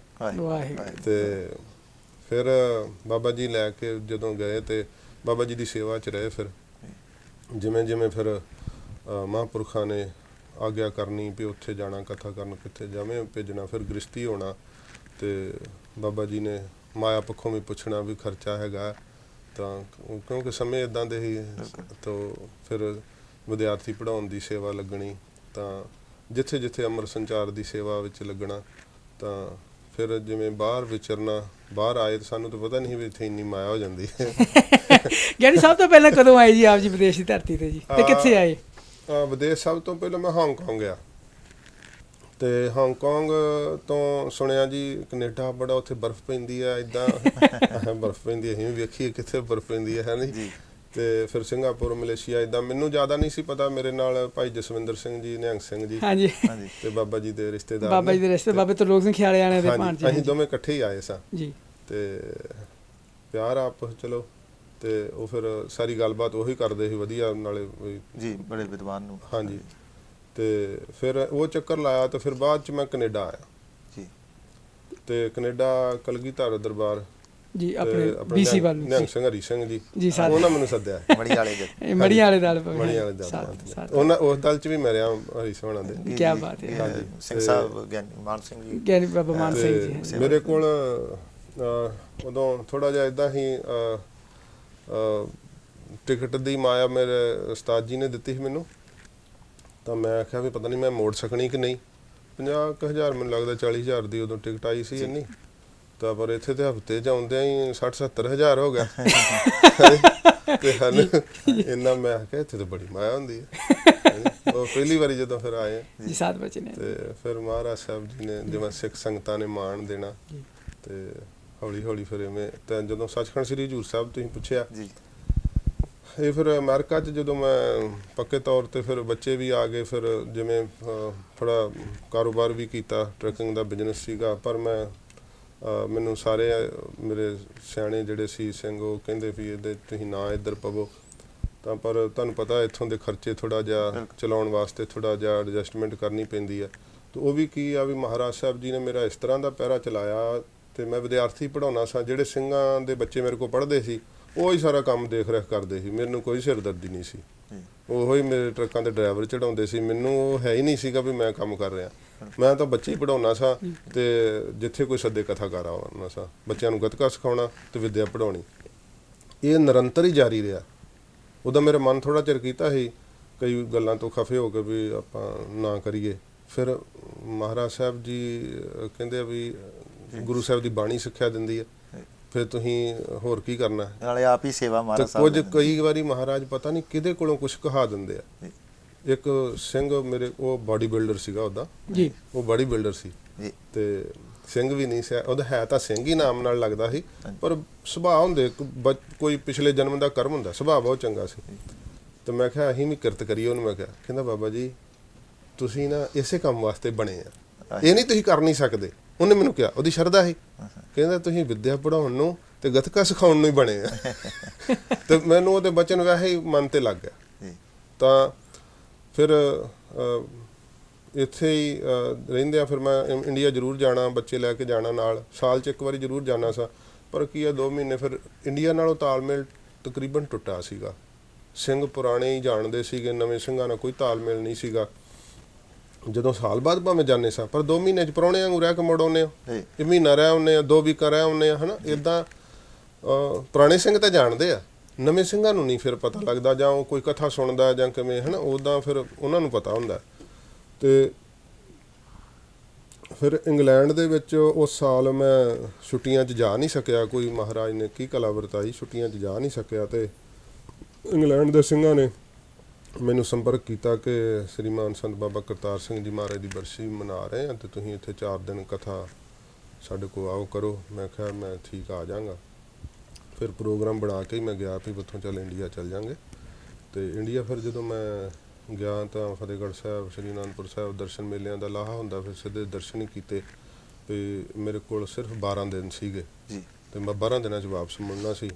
ਤੇ ਸੱਚਖੰਡ ਸ੍ਰੀ ਹਰਿਮੰਦਰ ਸਾਹਿਬ ਦਰਸ਼ਨ ਕਰਕੇ ਤੇ ਮੈਂ ਬਾਹਰ ਨੂੰ ਆ ਰਿਹਾ, ਤੇ ਭਾਈ ਪਰਮਿੰਦਰ ਸਿੰਘ ਜੀ ਜਿਹੜੇ ਲੰਮੇ ਸਿੰਘ ਸੀ, ਚੜ੍ਹਾਈ ਕਰ ਗਏ, ਤੇ ਉਹ ਬੜੇ ਪਿਆਰ ਵਾਲੇ ਸੀ, ਬੜੇ ਗੁਰਮੁਖ ਸੀ, ਬਹੁਤ ਮਹਾਰਾਜ ਦੀ ਕਿਰਪਾ। ਉਹ ਸਾਰਾ ਪਰਿਵਾਰ ਹੀ ਗਿਆਨੀ ਜੀ, ਬੜਾ ਉਹਨਾਂ ਦਾ ਚੜ੍ਹਦੀ ਕਲਾ ਪਿਤਾ ਜੀ ਉਹਨਾਂ ਦੇ ਬਹੁਤ ਗੁਰਮੁਖ ਨੇ ਜੀ। ਤਾਂ ਉਹ ਜਦੋਂ ਮੈਨੂੰ ਮਿਲੇ ਤੇ ਮੈਨੂੰ ਸੁਭਾਅ ਕਿ ਪਿਆਰ ਨਾਲ ਮਿਲੇ, ਤੇ ਕਹਿੰਦੇ ਵੀ ਵੇਖ ਕੇ ਇੱਕ ਦੂਜੇ ਨੂੰ, ਮੈਂ ਤੂੰ ਇੱਥੇ ਆਉਂਦਾ, ਤੁਸੀਂ ਗਿਆਨੀ ਜੀ ਇੱਥੇ? ਮੈਂ ਹਾਂ, ਮੈਂ ਦਰਸ਼ਨ ਕਰਨਾ ਹੈ। ਕਹਿੰਦਾ ਮੈਂ ਵੀ ਇੱਥੇ ਦਰਸ਼ਨ ਕਰਨਾ ਹੈ, ਤੇ ਮੈਂ ਤਾਂ ਹੁਣ ਇੱਥੇ ਹੀ ਰਹਿਣਾ ਜੀ। ਉਹ ਅਮਰੀਕਾ 'ਚ ਰਹਿਣ ਨੂੰ ਚੰਗਾ ਨਹੀਂ, ਏਡਾ ਫੀਲ ਨਹੀਂ ਕਰਦੇ, ਬਹੁਤ ਮਾਰੇ ਸਮਾਂ ਕੋਈ ਜਿਸ ਤਰ੍ਹਾਂ ਕਹ ਲਓ ਉਹਨਾਂ ਕੋਲ ਉਹਨਾਂ ਸੀ ਮਾਰੇ ਨੇ। ਦੇਖੋ ਜੀ, ਉਹਨਾਂ ਦਾ ਜਨਮ ਜਿਹੜੀ ਸੰਗਤ ਨੇ ਕਈ ਨੇ ਦਰਸ਼ਨ ਕੀਤੇ ਆ ਜੀ, ਬੜਾ ਉਹਨਾਂ ਦਾ ਪ੍ਰਭਾਵ ਸੀਗਾ ਸਿੱਖ, ਖਾਸ ਕਰਕੇ ਵੈਸਟਰਨ ਕੈਨੇਡਾ ਦੇ ਵਿੱਚ, ਤਾਂ ਯੂਨਾਈਟਿਡ ਸਟੇਟਸ ਤੇ ਇਵਨ UK ਦੇ ਵਿੱਚ। ਸੋ 7 ਫੁੱਟ ਉਹਨਾਂ ਦਾ ਕੱਦ ਸੀਗਾ ਜੀ, ਤਕਰੀਬਨ 7 ਫੁੱਟ ਲੰਬੇ ਸੀਗੇ। ਅਮਰੀਕਾ ਦੇ ਉਹਨਾਂ ਦਾ ਕੈਨੇਡਾ ਜੰਪਲ ਸੀਗਾ, ਅਮਰੀਕਾ ਰਹੇ ਆ। ਤੇ ਇੰਨੀ ਲਗਨ ਸੀਗੀ, ਗਿਆਨੀ ਜੀ ਜਾਣਦੇ ਆ ਵੀ ਛੋਟੇ ਹੁੰਦੇ ਤੋਂ ਹੀ ਉਹ ਜਦੋਂ ਯੂਨੀਵਰਸਿਟੀ ਵੀ ਸਾਡੇ ਨਾਲ ਪੜ੍ਹਦੇ ਹੁੰਦੇ ਸੀ, ਯੋਕ ਯੂਨੀਵਰਸਿਟੀ, ਉਸ ਵੇਲੇ ਵੀ ਇਹਨਾਂ ਨੇ ਯੂਨੀਵਰਸਿਟੀ ਛੱਡ ਕੇ ਆਪਣੀ ਸੰਥਿਆ ਕੀਤੀ। ਤੇ ਕੁਝ ਕੁ 4 ਸਾਲ ਦੇ ਬਾਅਦ ਮੇਰੇ ਉਹਨਾਂ ਦੇ ਪਿਤਾ ਜੀ ਅਮਰੀਕਾ ਤੋਂ ਜਦ ਆਏ ਇੱਥੇ ਕੈਨੇਡਾ ਮਿਲਣ, ਤੇ ਉਹਨਾਂ ਪੁੱਛਿਆ ਪਰਮਿੰਦਰ ਸਿੰਘ ਵੀ ਕਿੰਨੀ ਕੁ ਪੜ੍ਹਾਈ ਹੋ ਗਈ, ਤੇ ਆਪੇ ਕਹਿੰਦੇ ਡੈਡੀ ਪੜ੍ਹਾਈ ਨਹੀਂ ਮੈਂ ਕੀਤੀ, ਮੈਂ ਸੰਥਿਆ ਕੀਤੀ ਹੈ। ਤੇ ਉਹਨਾਂ ਦੇ ਪਿਤਾ ਜੀ ਵਚਨ ਸੀ ਕਿ ਤੂੰ ਸਭ ਤੋਂ ਵੱਡੀ ਪੜ੍ਹਾਈ ਕਰ ਲਈ, ਵੀ ਇੰਨਾ ਉਹਨਾਂ ਦਾ, ਮੈਨੂੰ ਉਹਨਾਂ ਨੇ ਖੁਦ ਦੱਸਿਆ ਜੀ ਇਹ ਵਚਨ ਦੱਸਿਆ। ਤੇ ਉਸ ਤੋਂ ਬਾਅਦ ਫਿਰ ਅਮਰੀਕਾ ਵੀ ਉਹਨਾਂ ਨਾਲ ਥੋੜਾ ਸਮਾਂ ਵਿਚਰਨ ਦਾ ਮੌਕਾ ਮਿਲਿਆ ਜੀ। ਉਹਨਾਂ ਦੇ ਕੋਲ ਫਰੀਮਾਉਂਟ ਕੈਲੀਫੋਰਨੀਆ ਮੂਵ ਹੋ ਗਏ ਸੀਗੇ, ਓਹਾਇਓ ਤੋਂ ਉਹ, ਤੇ ਉੱਥੇ ਮਿਲਿਆ। ਤੇ ਪੂਰਾ ਹੀ ਗੁਰਮੁਖ ਪਰਿਵਾਰ ਜੀ, ਉਹਨਾਂ ਦੇ ਪਿਤਾ ਜੀ ਦਾ ਮਹਾਰਾਜ ਸੱਚੇ ਪਾਤਸ਼ਾਹ ਕਿਰਪਾ ਨਾਲ ਅੰਮ੍ਰਿਤ ਵੇਲੇ ਨਿਤਨੇਮ ਸਾਰੇ ਪਰਿਵਾਰ ਦਾ ਸ਼ੁਰੂ ਹੋ ਜਾਂਦਾ ਜੀ। ਤੇ ਫਿਰ ਬਹੁਤ, ਤੇ ਚਲੋ ਉਹਨਾਂ ਦੇ ਬਾਰੇ ਇਹ ਗੱਲ ਗਿਆਨੀ ਜੀ ਦੱਸ ਰਹੇ ਆ ਜੀ ਹੁਣ, ਭਾਈ ਪਰਮਿੰਦਰ ਸਿੰਘ ਜੀ ਕੁਦਰਤੀ ਮੈਨੂੰ ਮਿਲ ਪਏ ਉੱਥੇ। ਤੇ ਉਹ ਕਹਿੰਦੇ ਵੀ, ਉਹਨਾਂ ਨੇ ਪੁੱਛਿਆ ਵੀ ਹਜੂਰ ਸਾਹਿਬ ਜਾਣਾ ਗਿਆਨੀ ਜੀ? ਤਾਂ ਪ੍ਰੋਗਰਾਮ ਨਹੀਂ ਸੀ ਉੱਦਾਂ ਕੋਈ ਬਣਿਆ, ਤਾਂ ਪਰ ਮੇਰੇ ਕੋਲ ਨਾਂ ਲਿਆ ਤੇ ਉਦੋਂ ਹੀ ਮੈਨੂੰ ਖਿੱਚ ਪਈ ਵੀ 2010 ਦਾ ਮੈਂ ਗਿਆ। ਤਾਂ ਮੇਰੇ ਨਾਲ ਸਿੰਘ ਸੀਗੇ, ਤਾਂ ਉਹਨਾਂ ਨੇ ਵੀ ਆਖਿਆ ਵੀ ਆਪਾਂ ਚੱਲੀਏ। ਤਾਂ ਮੈਂ ਫਿਰ ਪਰਮਿੰਦਰ ਸੋਹਣਾ ਨੂੰ ਆਖਿਆ ਵੀ ਪ੍ਰੋਗਰਾਮ ਕੁਝ ਬਣਿਆ ਨਹੀਂ ਅਜੇ, ਪਰ ਜੇ ਬਣ ਗਿਆ ਤਾਂ ਮੈਂ ਤੁਹਾਨੂੰ ਜ਼ਰੂਰ ਸੂਚਨਾ ਦੇਵਾਂਗਾ। ਫਿਰ ਆਪਾਂ ਮਤਲਬ ਉਹਨਾਂ ਨੂੰ ਸੀਗਾ ਵੀ ਮੈਨੂੰ ਸਾਥ ਹੋਵੇ, ਆਪਾਂ ਇਕੱਠੇ ਚੱਲੀਏ। ਤਾਂ ਫਿਰ ਅਸੀਂ ਪ੍ਰੋਗਰਾਮ ਬਣ ਗਿਆ, ਸ਼ਾਮ ਤੱਕ ਉਹਨਾਂ ਨੂੰ ਦੱਸਤਾ ਵੀ ਅਸੀਂ ਤੇ ਤਿਆਰੀ ਕਰ ਲਈ। ਉਹਨਾਂ ਨੇ ਵੀ ਉਸੇ ਏਅਰਲਾਈਨ ਦੀ ਬੰਬੇ ਤੱਕ ਉਦੋਂ ਜਹਾਜ਼ ਜਾਂਦਾ ਸੀ ਅੰਮ੍ਰਿਤਸਰ ਸਾਹਿਬ ਤੋਂ। ਤਾਂ ਆਪਾਂ ਬੰਬੇ ਤੱਕ ਆਏ, ਫਿਰ ਉੱਥੇ ਗੁਰਮੁਖ ਪਿਆਰ ਵਾਲੇ ਸੀ, ਉਹਨਾਂ ਨੇ ਕਿਹਾ ਵੀ ਸਾਡੀ ਗੱਡੀ ਲੈ ਜਾਓ, ਨਵੀਂ ਗੱਡੀ ਸੀ ਉਹਨਾਂ ਦੀ। ਅਸੀਂ ਗੱਡੀ ਆਪ ਖੁਦ ਡਰਾਈਵ ਕਰਕੇ 2 ਜਣੇ ਅਸੀਂ ਕਰ ਲੈਂਦੇ, ਭਾਈ ਪਰਮਿੰਦਰ ਸੋਹਣੀ ਪਿੱਛੇ ਬਹਿ ਗਏ। ਤੇ ਅਸੀਂ ਫਿਰ ਔਰੰਗਾਬਾਦ ਰੁਕੇ ਰਸਤੇ 'ਚ। ਤੇ ਭਾਈ ਪਰਮਿੰਦਰ ਸੋਹਣਾ ਫੋਨ ਤੋਂ ਵੇਖ ਕੇ ਦੱਸਿਆ, ਕਹਿੰਦੇ ਵੀ ਹਜ਼ੂਰ ਸਾਹਿਬ ਦੇ ਹੱਡ ਕਥਾਵਾਚਕ ਤੇ ਚੜ੍ਹਾਈ ਕਰ ਗਏ ਐਕਸੀਡੈਂਟ 'ਚ। ਤਾਂ ਮੈਂ ਕਿਹਾ ਨਹੀਂ, ਉਹ ਸਵੇਰੇ ਮੰਜੀ ਸਾਹਿਬ ਕਥਾ ਆ ਰਹੀ ਸੀ ਉਹਨਾਂ ਦੀ। ਕਹਿੰਦੇ ਹਾਂ ਵੇਖੋ ਖਬਰ ਵਿਖਾਈ। ਬੜਾ ਮਨ ਨੂੰ ਹੋਇਆ, ਕਿਉਂਕਿ ਮੇਰਾ ਉਹਨਾਂ ਨਾਲ ਪਿਆਰ ਸੀਗਾ, ਗਿਆਨੀ ਅਮਰਜੀਤ ਸਿੰਘ, ਜਦੋਂ ਜਾਣੇ ਬੜਾ ਪਿਆਰ ਨਾਲ ਮਿਲਦੇ ਹੁੰਦੇ। ਤੇ ਫਿਰ ਅਸੀਂ ਦੇਰ ਰਾਤ ਪਹੁੰਚੇ ਹਜ਼ੂਰ ਸਾਹਿਬ। ਉਦੋਂ ਗਿਆਨੀ ਜੀ ਦਾ ਸਰੀਰ ਜਹਾਜ਼ ਤੇ ਸੰਤ ਬਾਬਾ ਅਵਤਾਰ ਸਿੰਘ ਜੀ ਮਹਾਂਪੁਰਖਾਂ ਨੇ ਸੇਵਾ ਕੀਤੀ ਸੀ, ਬੜਾ ਪਿਆਰ ਕਰਦੇ ਸਿੰਘਾਂ ਨਾਲ। ਉਹਨਾਂ ਨੇ ਸਰੀਰ ਜਿਹੜਾ ਸੀ ਉੱਥੇ ਫਿਰ ਆਪਣੇ ਕੋਲੋਂ ਖਰਚਾ ਕਰਕੇ ਸਾਰਾ ਤੇ ਪਹੁੰਚਾਇਆ ਉੱਥੇ। ਤੇ ਫਿਰ ਅੰਤਮ ਸੰਸਕਾਰ ਹੋਇਆ। ਤਾਂ ਰਾਤ ਅਸੀਂ ਉਦੋਂ ਸੰਗਤ ਮੁੜ ਰਹੀ ਸੀ ਉਹਨਾਂ ਦਾ ਅੰਤਮ ਸੰਸਕਾਰ ਕਰਕੇ, ਜਦੋਂ ਅਸੀਂ ਲੰਗਰ ਸਾਹਿਬ ਦਾ ਮੋੜ ਮੁੜੇ ਆ। ਤਾਂ ਕੁਦਰਤੀ ਮੈਂ ਪੁੱਛਿਆ ਵੀ ਕਿੱਥੋਂ ਆਏ ਹੋ ਤੁਸੀਂ, ਇੰਨੀ ਸੰਗਤ ਕਿੱਧਰੋਂ ਆ ਰਹੀ, ਮੀਂਹ ਪੈ ਰਿਹਾ ਸੀ ਥੋੜ੍ਹਾ ਥੋੜ੍ਹਾ। ਉਹ ਕਹਿੰਦੇ ਵੀ ਗਿਆਨੀ ਜੀ ਦਾ ਇੱਦਾਂ ਅੰਤਿਮ ਸੰਸਕਾਰ ਸੀ ਅਤੇ ਥੱਕੇ ਸੀ, ਅਸੀਂ ਸੌਂ ਗਏ। ਫਿਰ ਸਵੇਰੇ ਕਥਾ ਤੋਂ ਪਹਿਲਾਂ ਹੀ ਪਹੁੰਚ ਗਏ ਤਖ਼ਤ ਸਾਹਿਬ, ਇਸ਼ਨਾਨ ਕਰਕੇ ਅਤੇ ਤਖ਼ਤ ਸਾਹਿਬ 'ਤੇ ਬੈਠੇ ਸੀ, ਕਥਾ ਸੁਣੀ ਸਾਰੀ। ਅਤੇ ਫਿਰ ਮੈਨੂੰ 3 ਦਿਨ ਤਾਂ ਰਹਿਣਾ ਹੀ ਸੀ ਸਾਰਾ, ਚੌਥੇ ਦਿਨ ਤੁਰਨਾ ਸੀ।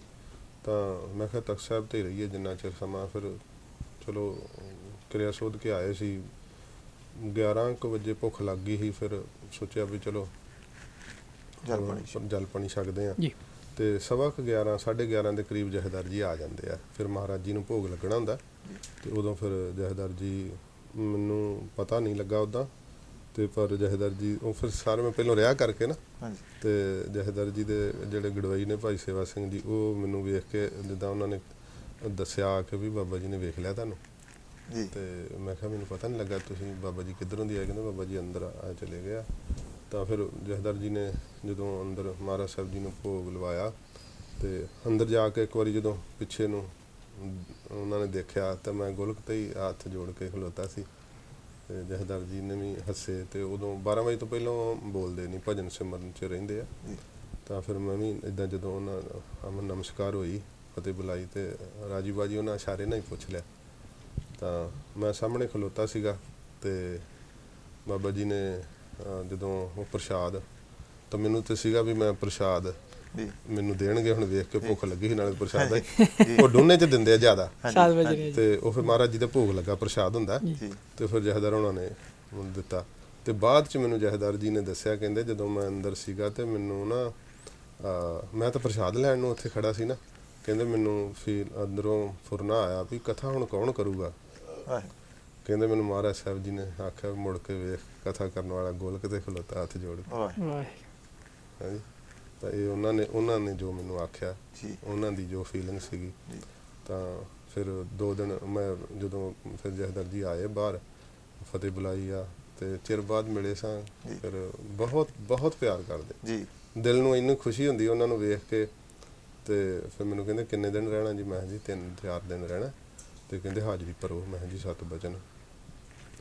2 ਦਿਨ ਹੋ ਗਏ ਸੀ ਹਾਜ਼ਰੀ ਭਰਦਿਆਂ। ਅਤੇ ਫਿਰ ਜਥੇਦਾਰ ਜੀ ਨੇ ਪੁੱਛਿਆ, ਮੈਂ ਜੀ ਜੇ ਐਡੇ ਤਖਤ ਦੀ ਸੇਵਾ ਮਹਾਰਾਜ ਅਸੀਂ ਤਾਂ ਨਾ ਚੀਜ਼ ਆ, ਅਤੇ ਕਹਿੰਦੇ ਸੇਵਾ ਕਰੋ। ਮੈਂ ਜੀ 7 ਵਜੇ। ਅਤੇ ਫਿਰ ਉੱਥੇ ਮਹਾਰਾਜ ਗੁਰੂ ਕਲਗੀਧਰ ਸਾਹਿਬ ਨੇ ਤਰਸ ਕੀਤਾ, ਗੁਰੂ ਸਾਹਿਬ ਦੀ ਸੇਵਾ। ਹੁਣ ਤਕਰੀਬਨ 3.5 ਸਾਲ ਹੋ ਚੱਲੇ, ਅਗਸਤ 'ਚ 4 ਸਾਲ ਹੋ ਜਾਣੇ ਆ। ਤਾਂ ਮੈਂ ਉੱਦਾਂ ਬੇਨਤੀ ਕੀਤੀ ਆ, ਹੁਣ ਮੈਨੂੰ ਥੋੜ੍ਹੀ ਆਗਿਆ ਦਿਓ, ਅਤੇ ਸ਼ਾਇਦ ਹੁਣ ਮੈਂ ਮਾਰਚ ਦੇ ਵਿੱਚ ਵਿਦਾਇਗੀ ਲੈਣੀ ਹੈ।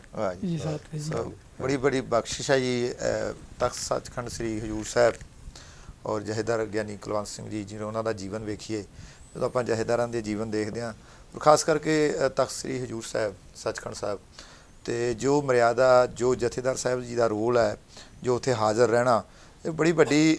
ਜੇ ਅੱਜ ਪਿਛੋਕੜ 'ਤੇ ਵੀ ਜਾਈਏ ਜੀ, ਜਦੋਂ ਅੰਗਰੇਜ਼ਾਂ ਦਾ ਸਮਾਂ ਹੈ, ਗਿਆਨੀ ਜੀ ਨੇ ਇਤਿਹਾਸ ਨੂੰ ਜ਼ਿਆਦਾ ਤਰਤੀਬ ਨਾਲ ਪੜ੍ਹਿਆ, ਜਦੋਂ ਸਾਰੇ ਪਾਸੇ ਮਸੰਦਾਂ ਦਾ ਵੀ ਕਬਜ਼ਾ ਹੁੰਦਾ ਹੈ, ਤਾਂ ਇੱਕੋ ਹੀ ਇੱਕ ਤਖ਼ਤ ਹੈ ਪੰਥ ਕੋਲ, ਜਿੱਥੋਂ ਹੁਕਮਨਾਮੇ ਆਉਂਦੇ ਆ। ਜਦੋਂ ਅੰਗਰੇਜ਼ਾਂ ਦੇ ਸਮੇਂ ਕਿਰਪਾਨ 'ਤੇ ਰੋਕ ਵੀ ਲੱਗੀ ਹੈ, ਤਾਂ ਇੱਕ ਤਖ਼ਤ ਸਾਹਿਬ 'ਤੇ ਹੁਕਮਨਾਮੇ ਹੈ ਸਾਡੇ ਕੋਲ ਬਕਾਇਦਾ ਪਏ ਨੇ, ਜਿੱਥੋਂ ਲਿਖਿਆ ਵੀ ਸਿੱਖ 1 ਫੁੱਟ ਤੋਂ ਥੱਲੇ ਕਿਰਪਾਨ ਨਾ ਰੱਖੇ, 1 ਫੁੱਟ ਤੋਂ ਉੱਤਰ ਕੇ।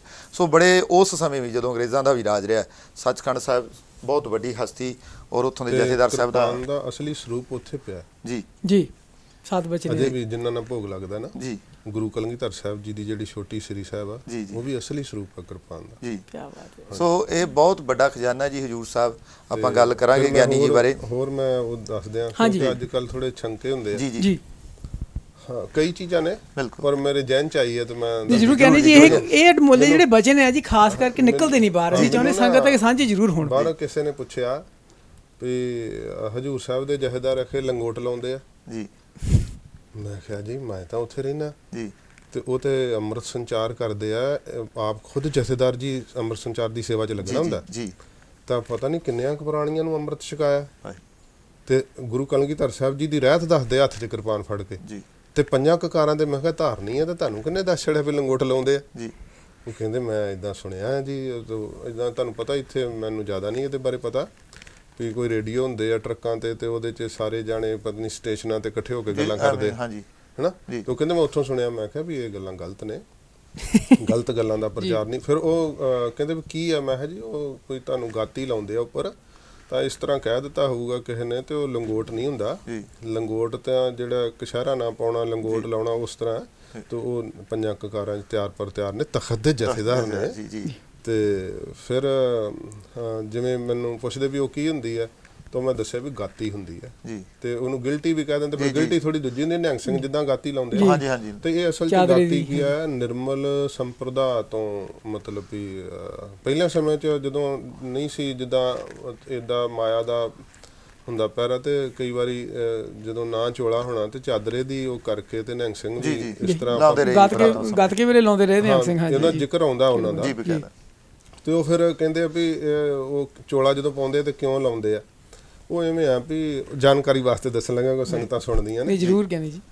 ਨਿਰਮਲ ਸੰਪਰਦਾ ਦੇ ਮਹਾਂਪੁਰਖਾਂ ਨੇ ਵੀ ਕੁਝ ਸਮਾਂ ਉੱਥੇ ਸੇਵਾ ਕੀਤੀ ਹੈ, ਉਹਨਾਂ ਦੇ ਸਮਾਧੇ ਵੀ ਬਾਹਰ ਹੈਗੇ ਆ, ਤੇ ਉਹਨਾਂ ਮਹਾਂਪੁਰਖ ਉਹ ਜਦੋਂ ਸੇਵਾ ਕਰਦੇ ਸੀ ਗਾਤੀ ਲਾਉਂਦੇ ਸੀ, ਉਦੋਂ ਤੋਂ ਇਹ ਰਵਾਇਤ ਚੱਲ ਪਈ ਹੈ। ਤੇ ਫਿਰ ਉਹ ਜਥੇਦਾਰ ਜੀ ਚੋਲਾ ਪਾਉਂਦੇ ਆ, ਚੋਲੇ ਦੇ ਉੱਤੋਂ ਦੀ ਗਾਤੀ ਲਾਉਂਦੇ, ਤੇ ਉਹ ਸ਼ਸਤਰਾਂ ਨਾਲ ਤਿਆਰ ਪਰ ਤਿਆਰ ਹੋ ਕੇ, ਕਮਰ ਕੱਸੇ 2 ਲੱਗੇ ਹੁੰਦੇ ਉਦੋਂ ਜਦੋਂ ਜਾਂਦੇ ਅੰਦਰ। ਬਿਲਕੁਲ। ਸੋ ਬੜੀ ਵੱਡੀ ਸੇਵਾ ਜੀ। ਕਈ ਵਾਰੀ ਨਾ ਕੋਈ ਗੱਲਾਂ ਸਾਡੇ ਐਵੇਂ ਬਿਨਾਂ ਵਜ੍ਹਾ ਹੀ ਸ਼ੰਕੇ ਹੁੰਦੇ ਆ, ਪਤਾ ਨਹੀਂ ਹੁੰਦਾ ਨਾ ਉਹਨਾਂ ਨੂੰ, ਪਤਾ ਹੀ ਨਹੀਂ ਹੁੰਦਾ। ਉਹ ਕਈ ਵਾਰੀ ਮੈਂ ਪ੍ਰਦੀਪ ਸਿੰਘ ਕਹਿੰਦਾ ਪੰਜਾਬੀਆਂ ਦੀ ਸਭ ਤੋਂ ਵੱਡੀ ਆਦਤ ਹੁੰਦੀ ਆ ਜੀ, ਅਫਵਾਹਾਂ ਫਲਾਂ ਤੇ ਮਾਹਰ ਆ ਜੀ, ਗੱਲ ਕੁਛ ਹੁੰਦੀ ਪਹੁੰਚ ਕਿਤੇ ਜਾਂਦੀ ਹੈ। ਮਹਾਂਪੁਰਖ ਕਹਿੰਦੇ ਹੁੰਦੇ ਸੀ, ਮਤਲਬ ਮਾਫ ਕਰਨਾ ਉਹਦਾ ਪਿਆਰ ਨਾਲ ਹੀ ਕਹਿੰਦੇ ਸੀ, ਕਹਿੰਦੇ ਵੀ ਕਈ ਜਿਹੜਾ ਥੋੜਾ ਵਿਦਿਆ ਨਹੀਂ ਪੜ੍ਹੀ ਹੁੰਦੀ, ਜਾਂ ਕਹਿੰਦੇ ਮਹਾਂਪੁਰਖ ਇੱਕ ਬਚਨ ਕਰਦਿਆਂ ਕਹਿੰਦੇ ਮੇਰੀ ਗੱਲ ਨੂੰ ਧਿਆਨ ਨਾਲ ਸੁਣਿਓ, ਤੇ ਮਾਈਆਂ ਖਾਸ ਕਰਕੇ ਕਹਿੰਦੇ ਵੀ ਇਹਨਾਂ ਦੇ ਰੇਡੀਓ ਸਟੇਸ਼ਨ ਥੋੜਾ ਹੋਰ ਹੁੰਦਾ, ਉਹ ਇਹ ਕਿਹਾ ਵੀ ਅੱਗੇ ਤੋਂ ਅੱਗੇ ਰੂਪ ਵਟਾ ਜਾਂਦੀ ਗੱਲ।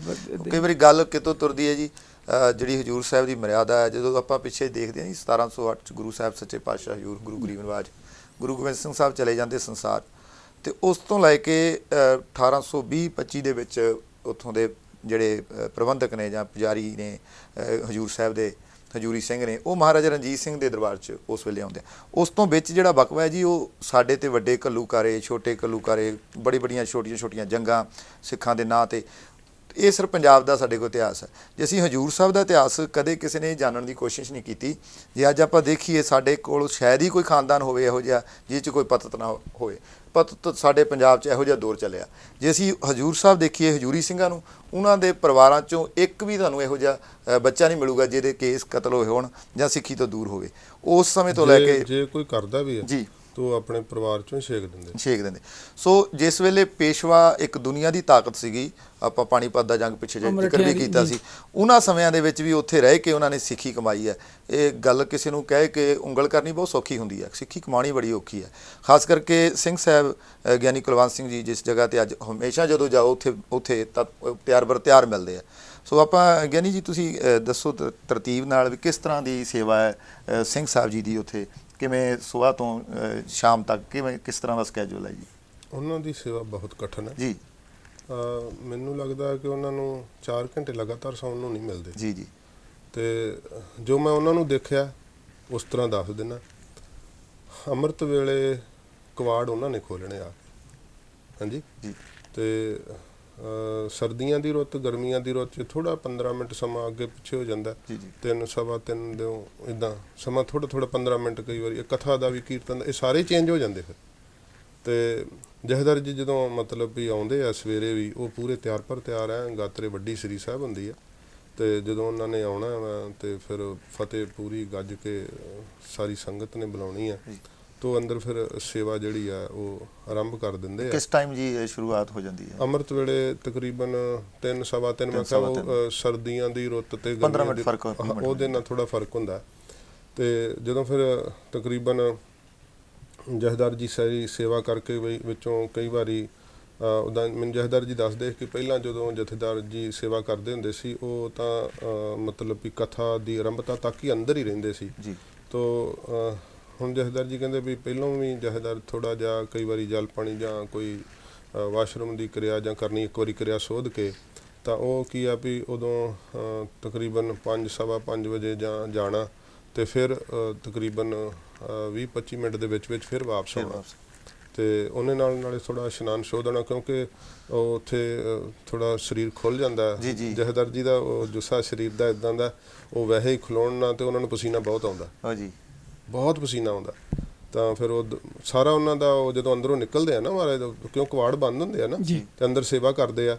ਹੁਣ ਜਿੱਦਾਂ ਸੇਵਾ ਆਪਾਂ ਵੇਖਦੇ ਆ ਨਾ, ਉਹ ਇੰਨੀ ਜਲਦੀ ਇੰਨੀ ਤੇਜ਼ੀ ਨਾਲ ਸੇਵਾ ਕਰਦੇ ਆ ਕਿ ਆਮ ਨਹੀਂ ਕਰ ਸਕਦਾ।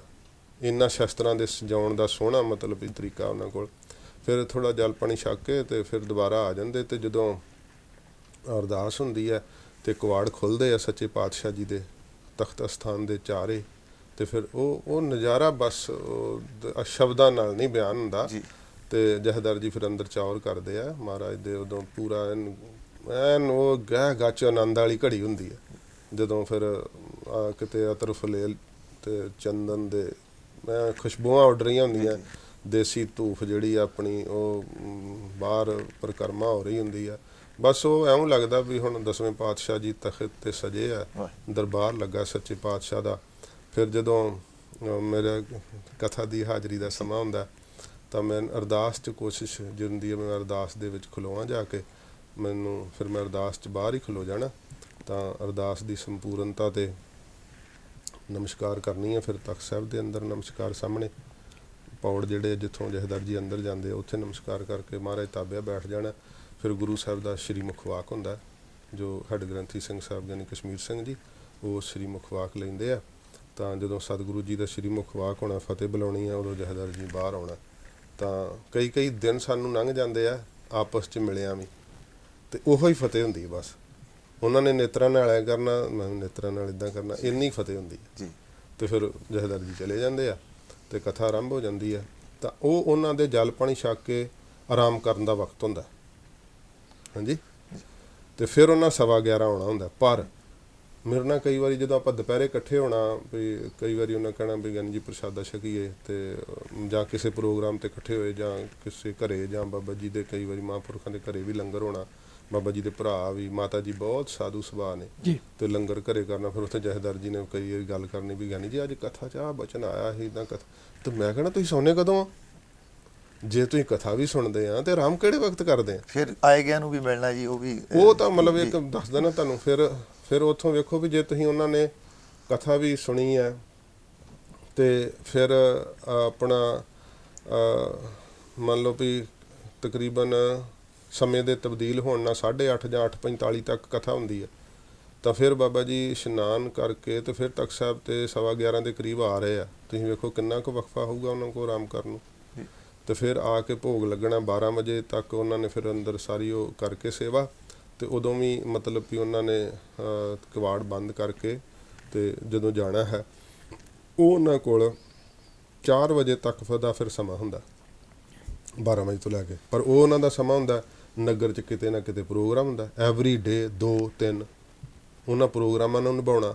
ਫਿਰ ਬਾਬਾ ਜੀ ਦੇ ਮਾਤਾ ਜੀ ਵੀ ਉਹ ਇੱਛਾ ਕਰਦੇ ਵੀ ਘਰੇ ਆਉਣ ਪ੍ਰਸ਼ਾਦਾ ਛਕਣ ਇੱਥੇ।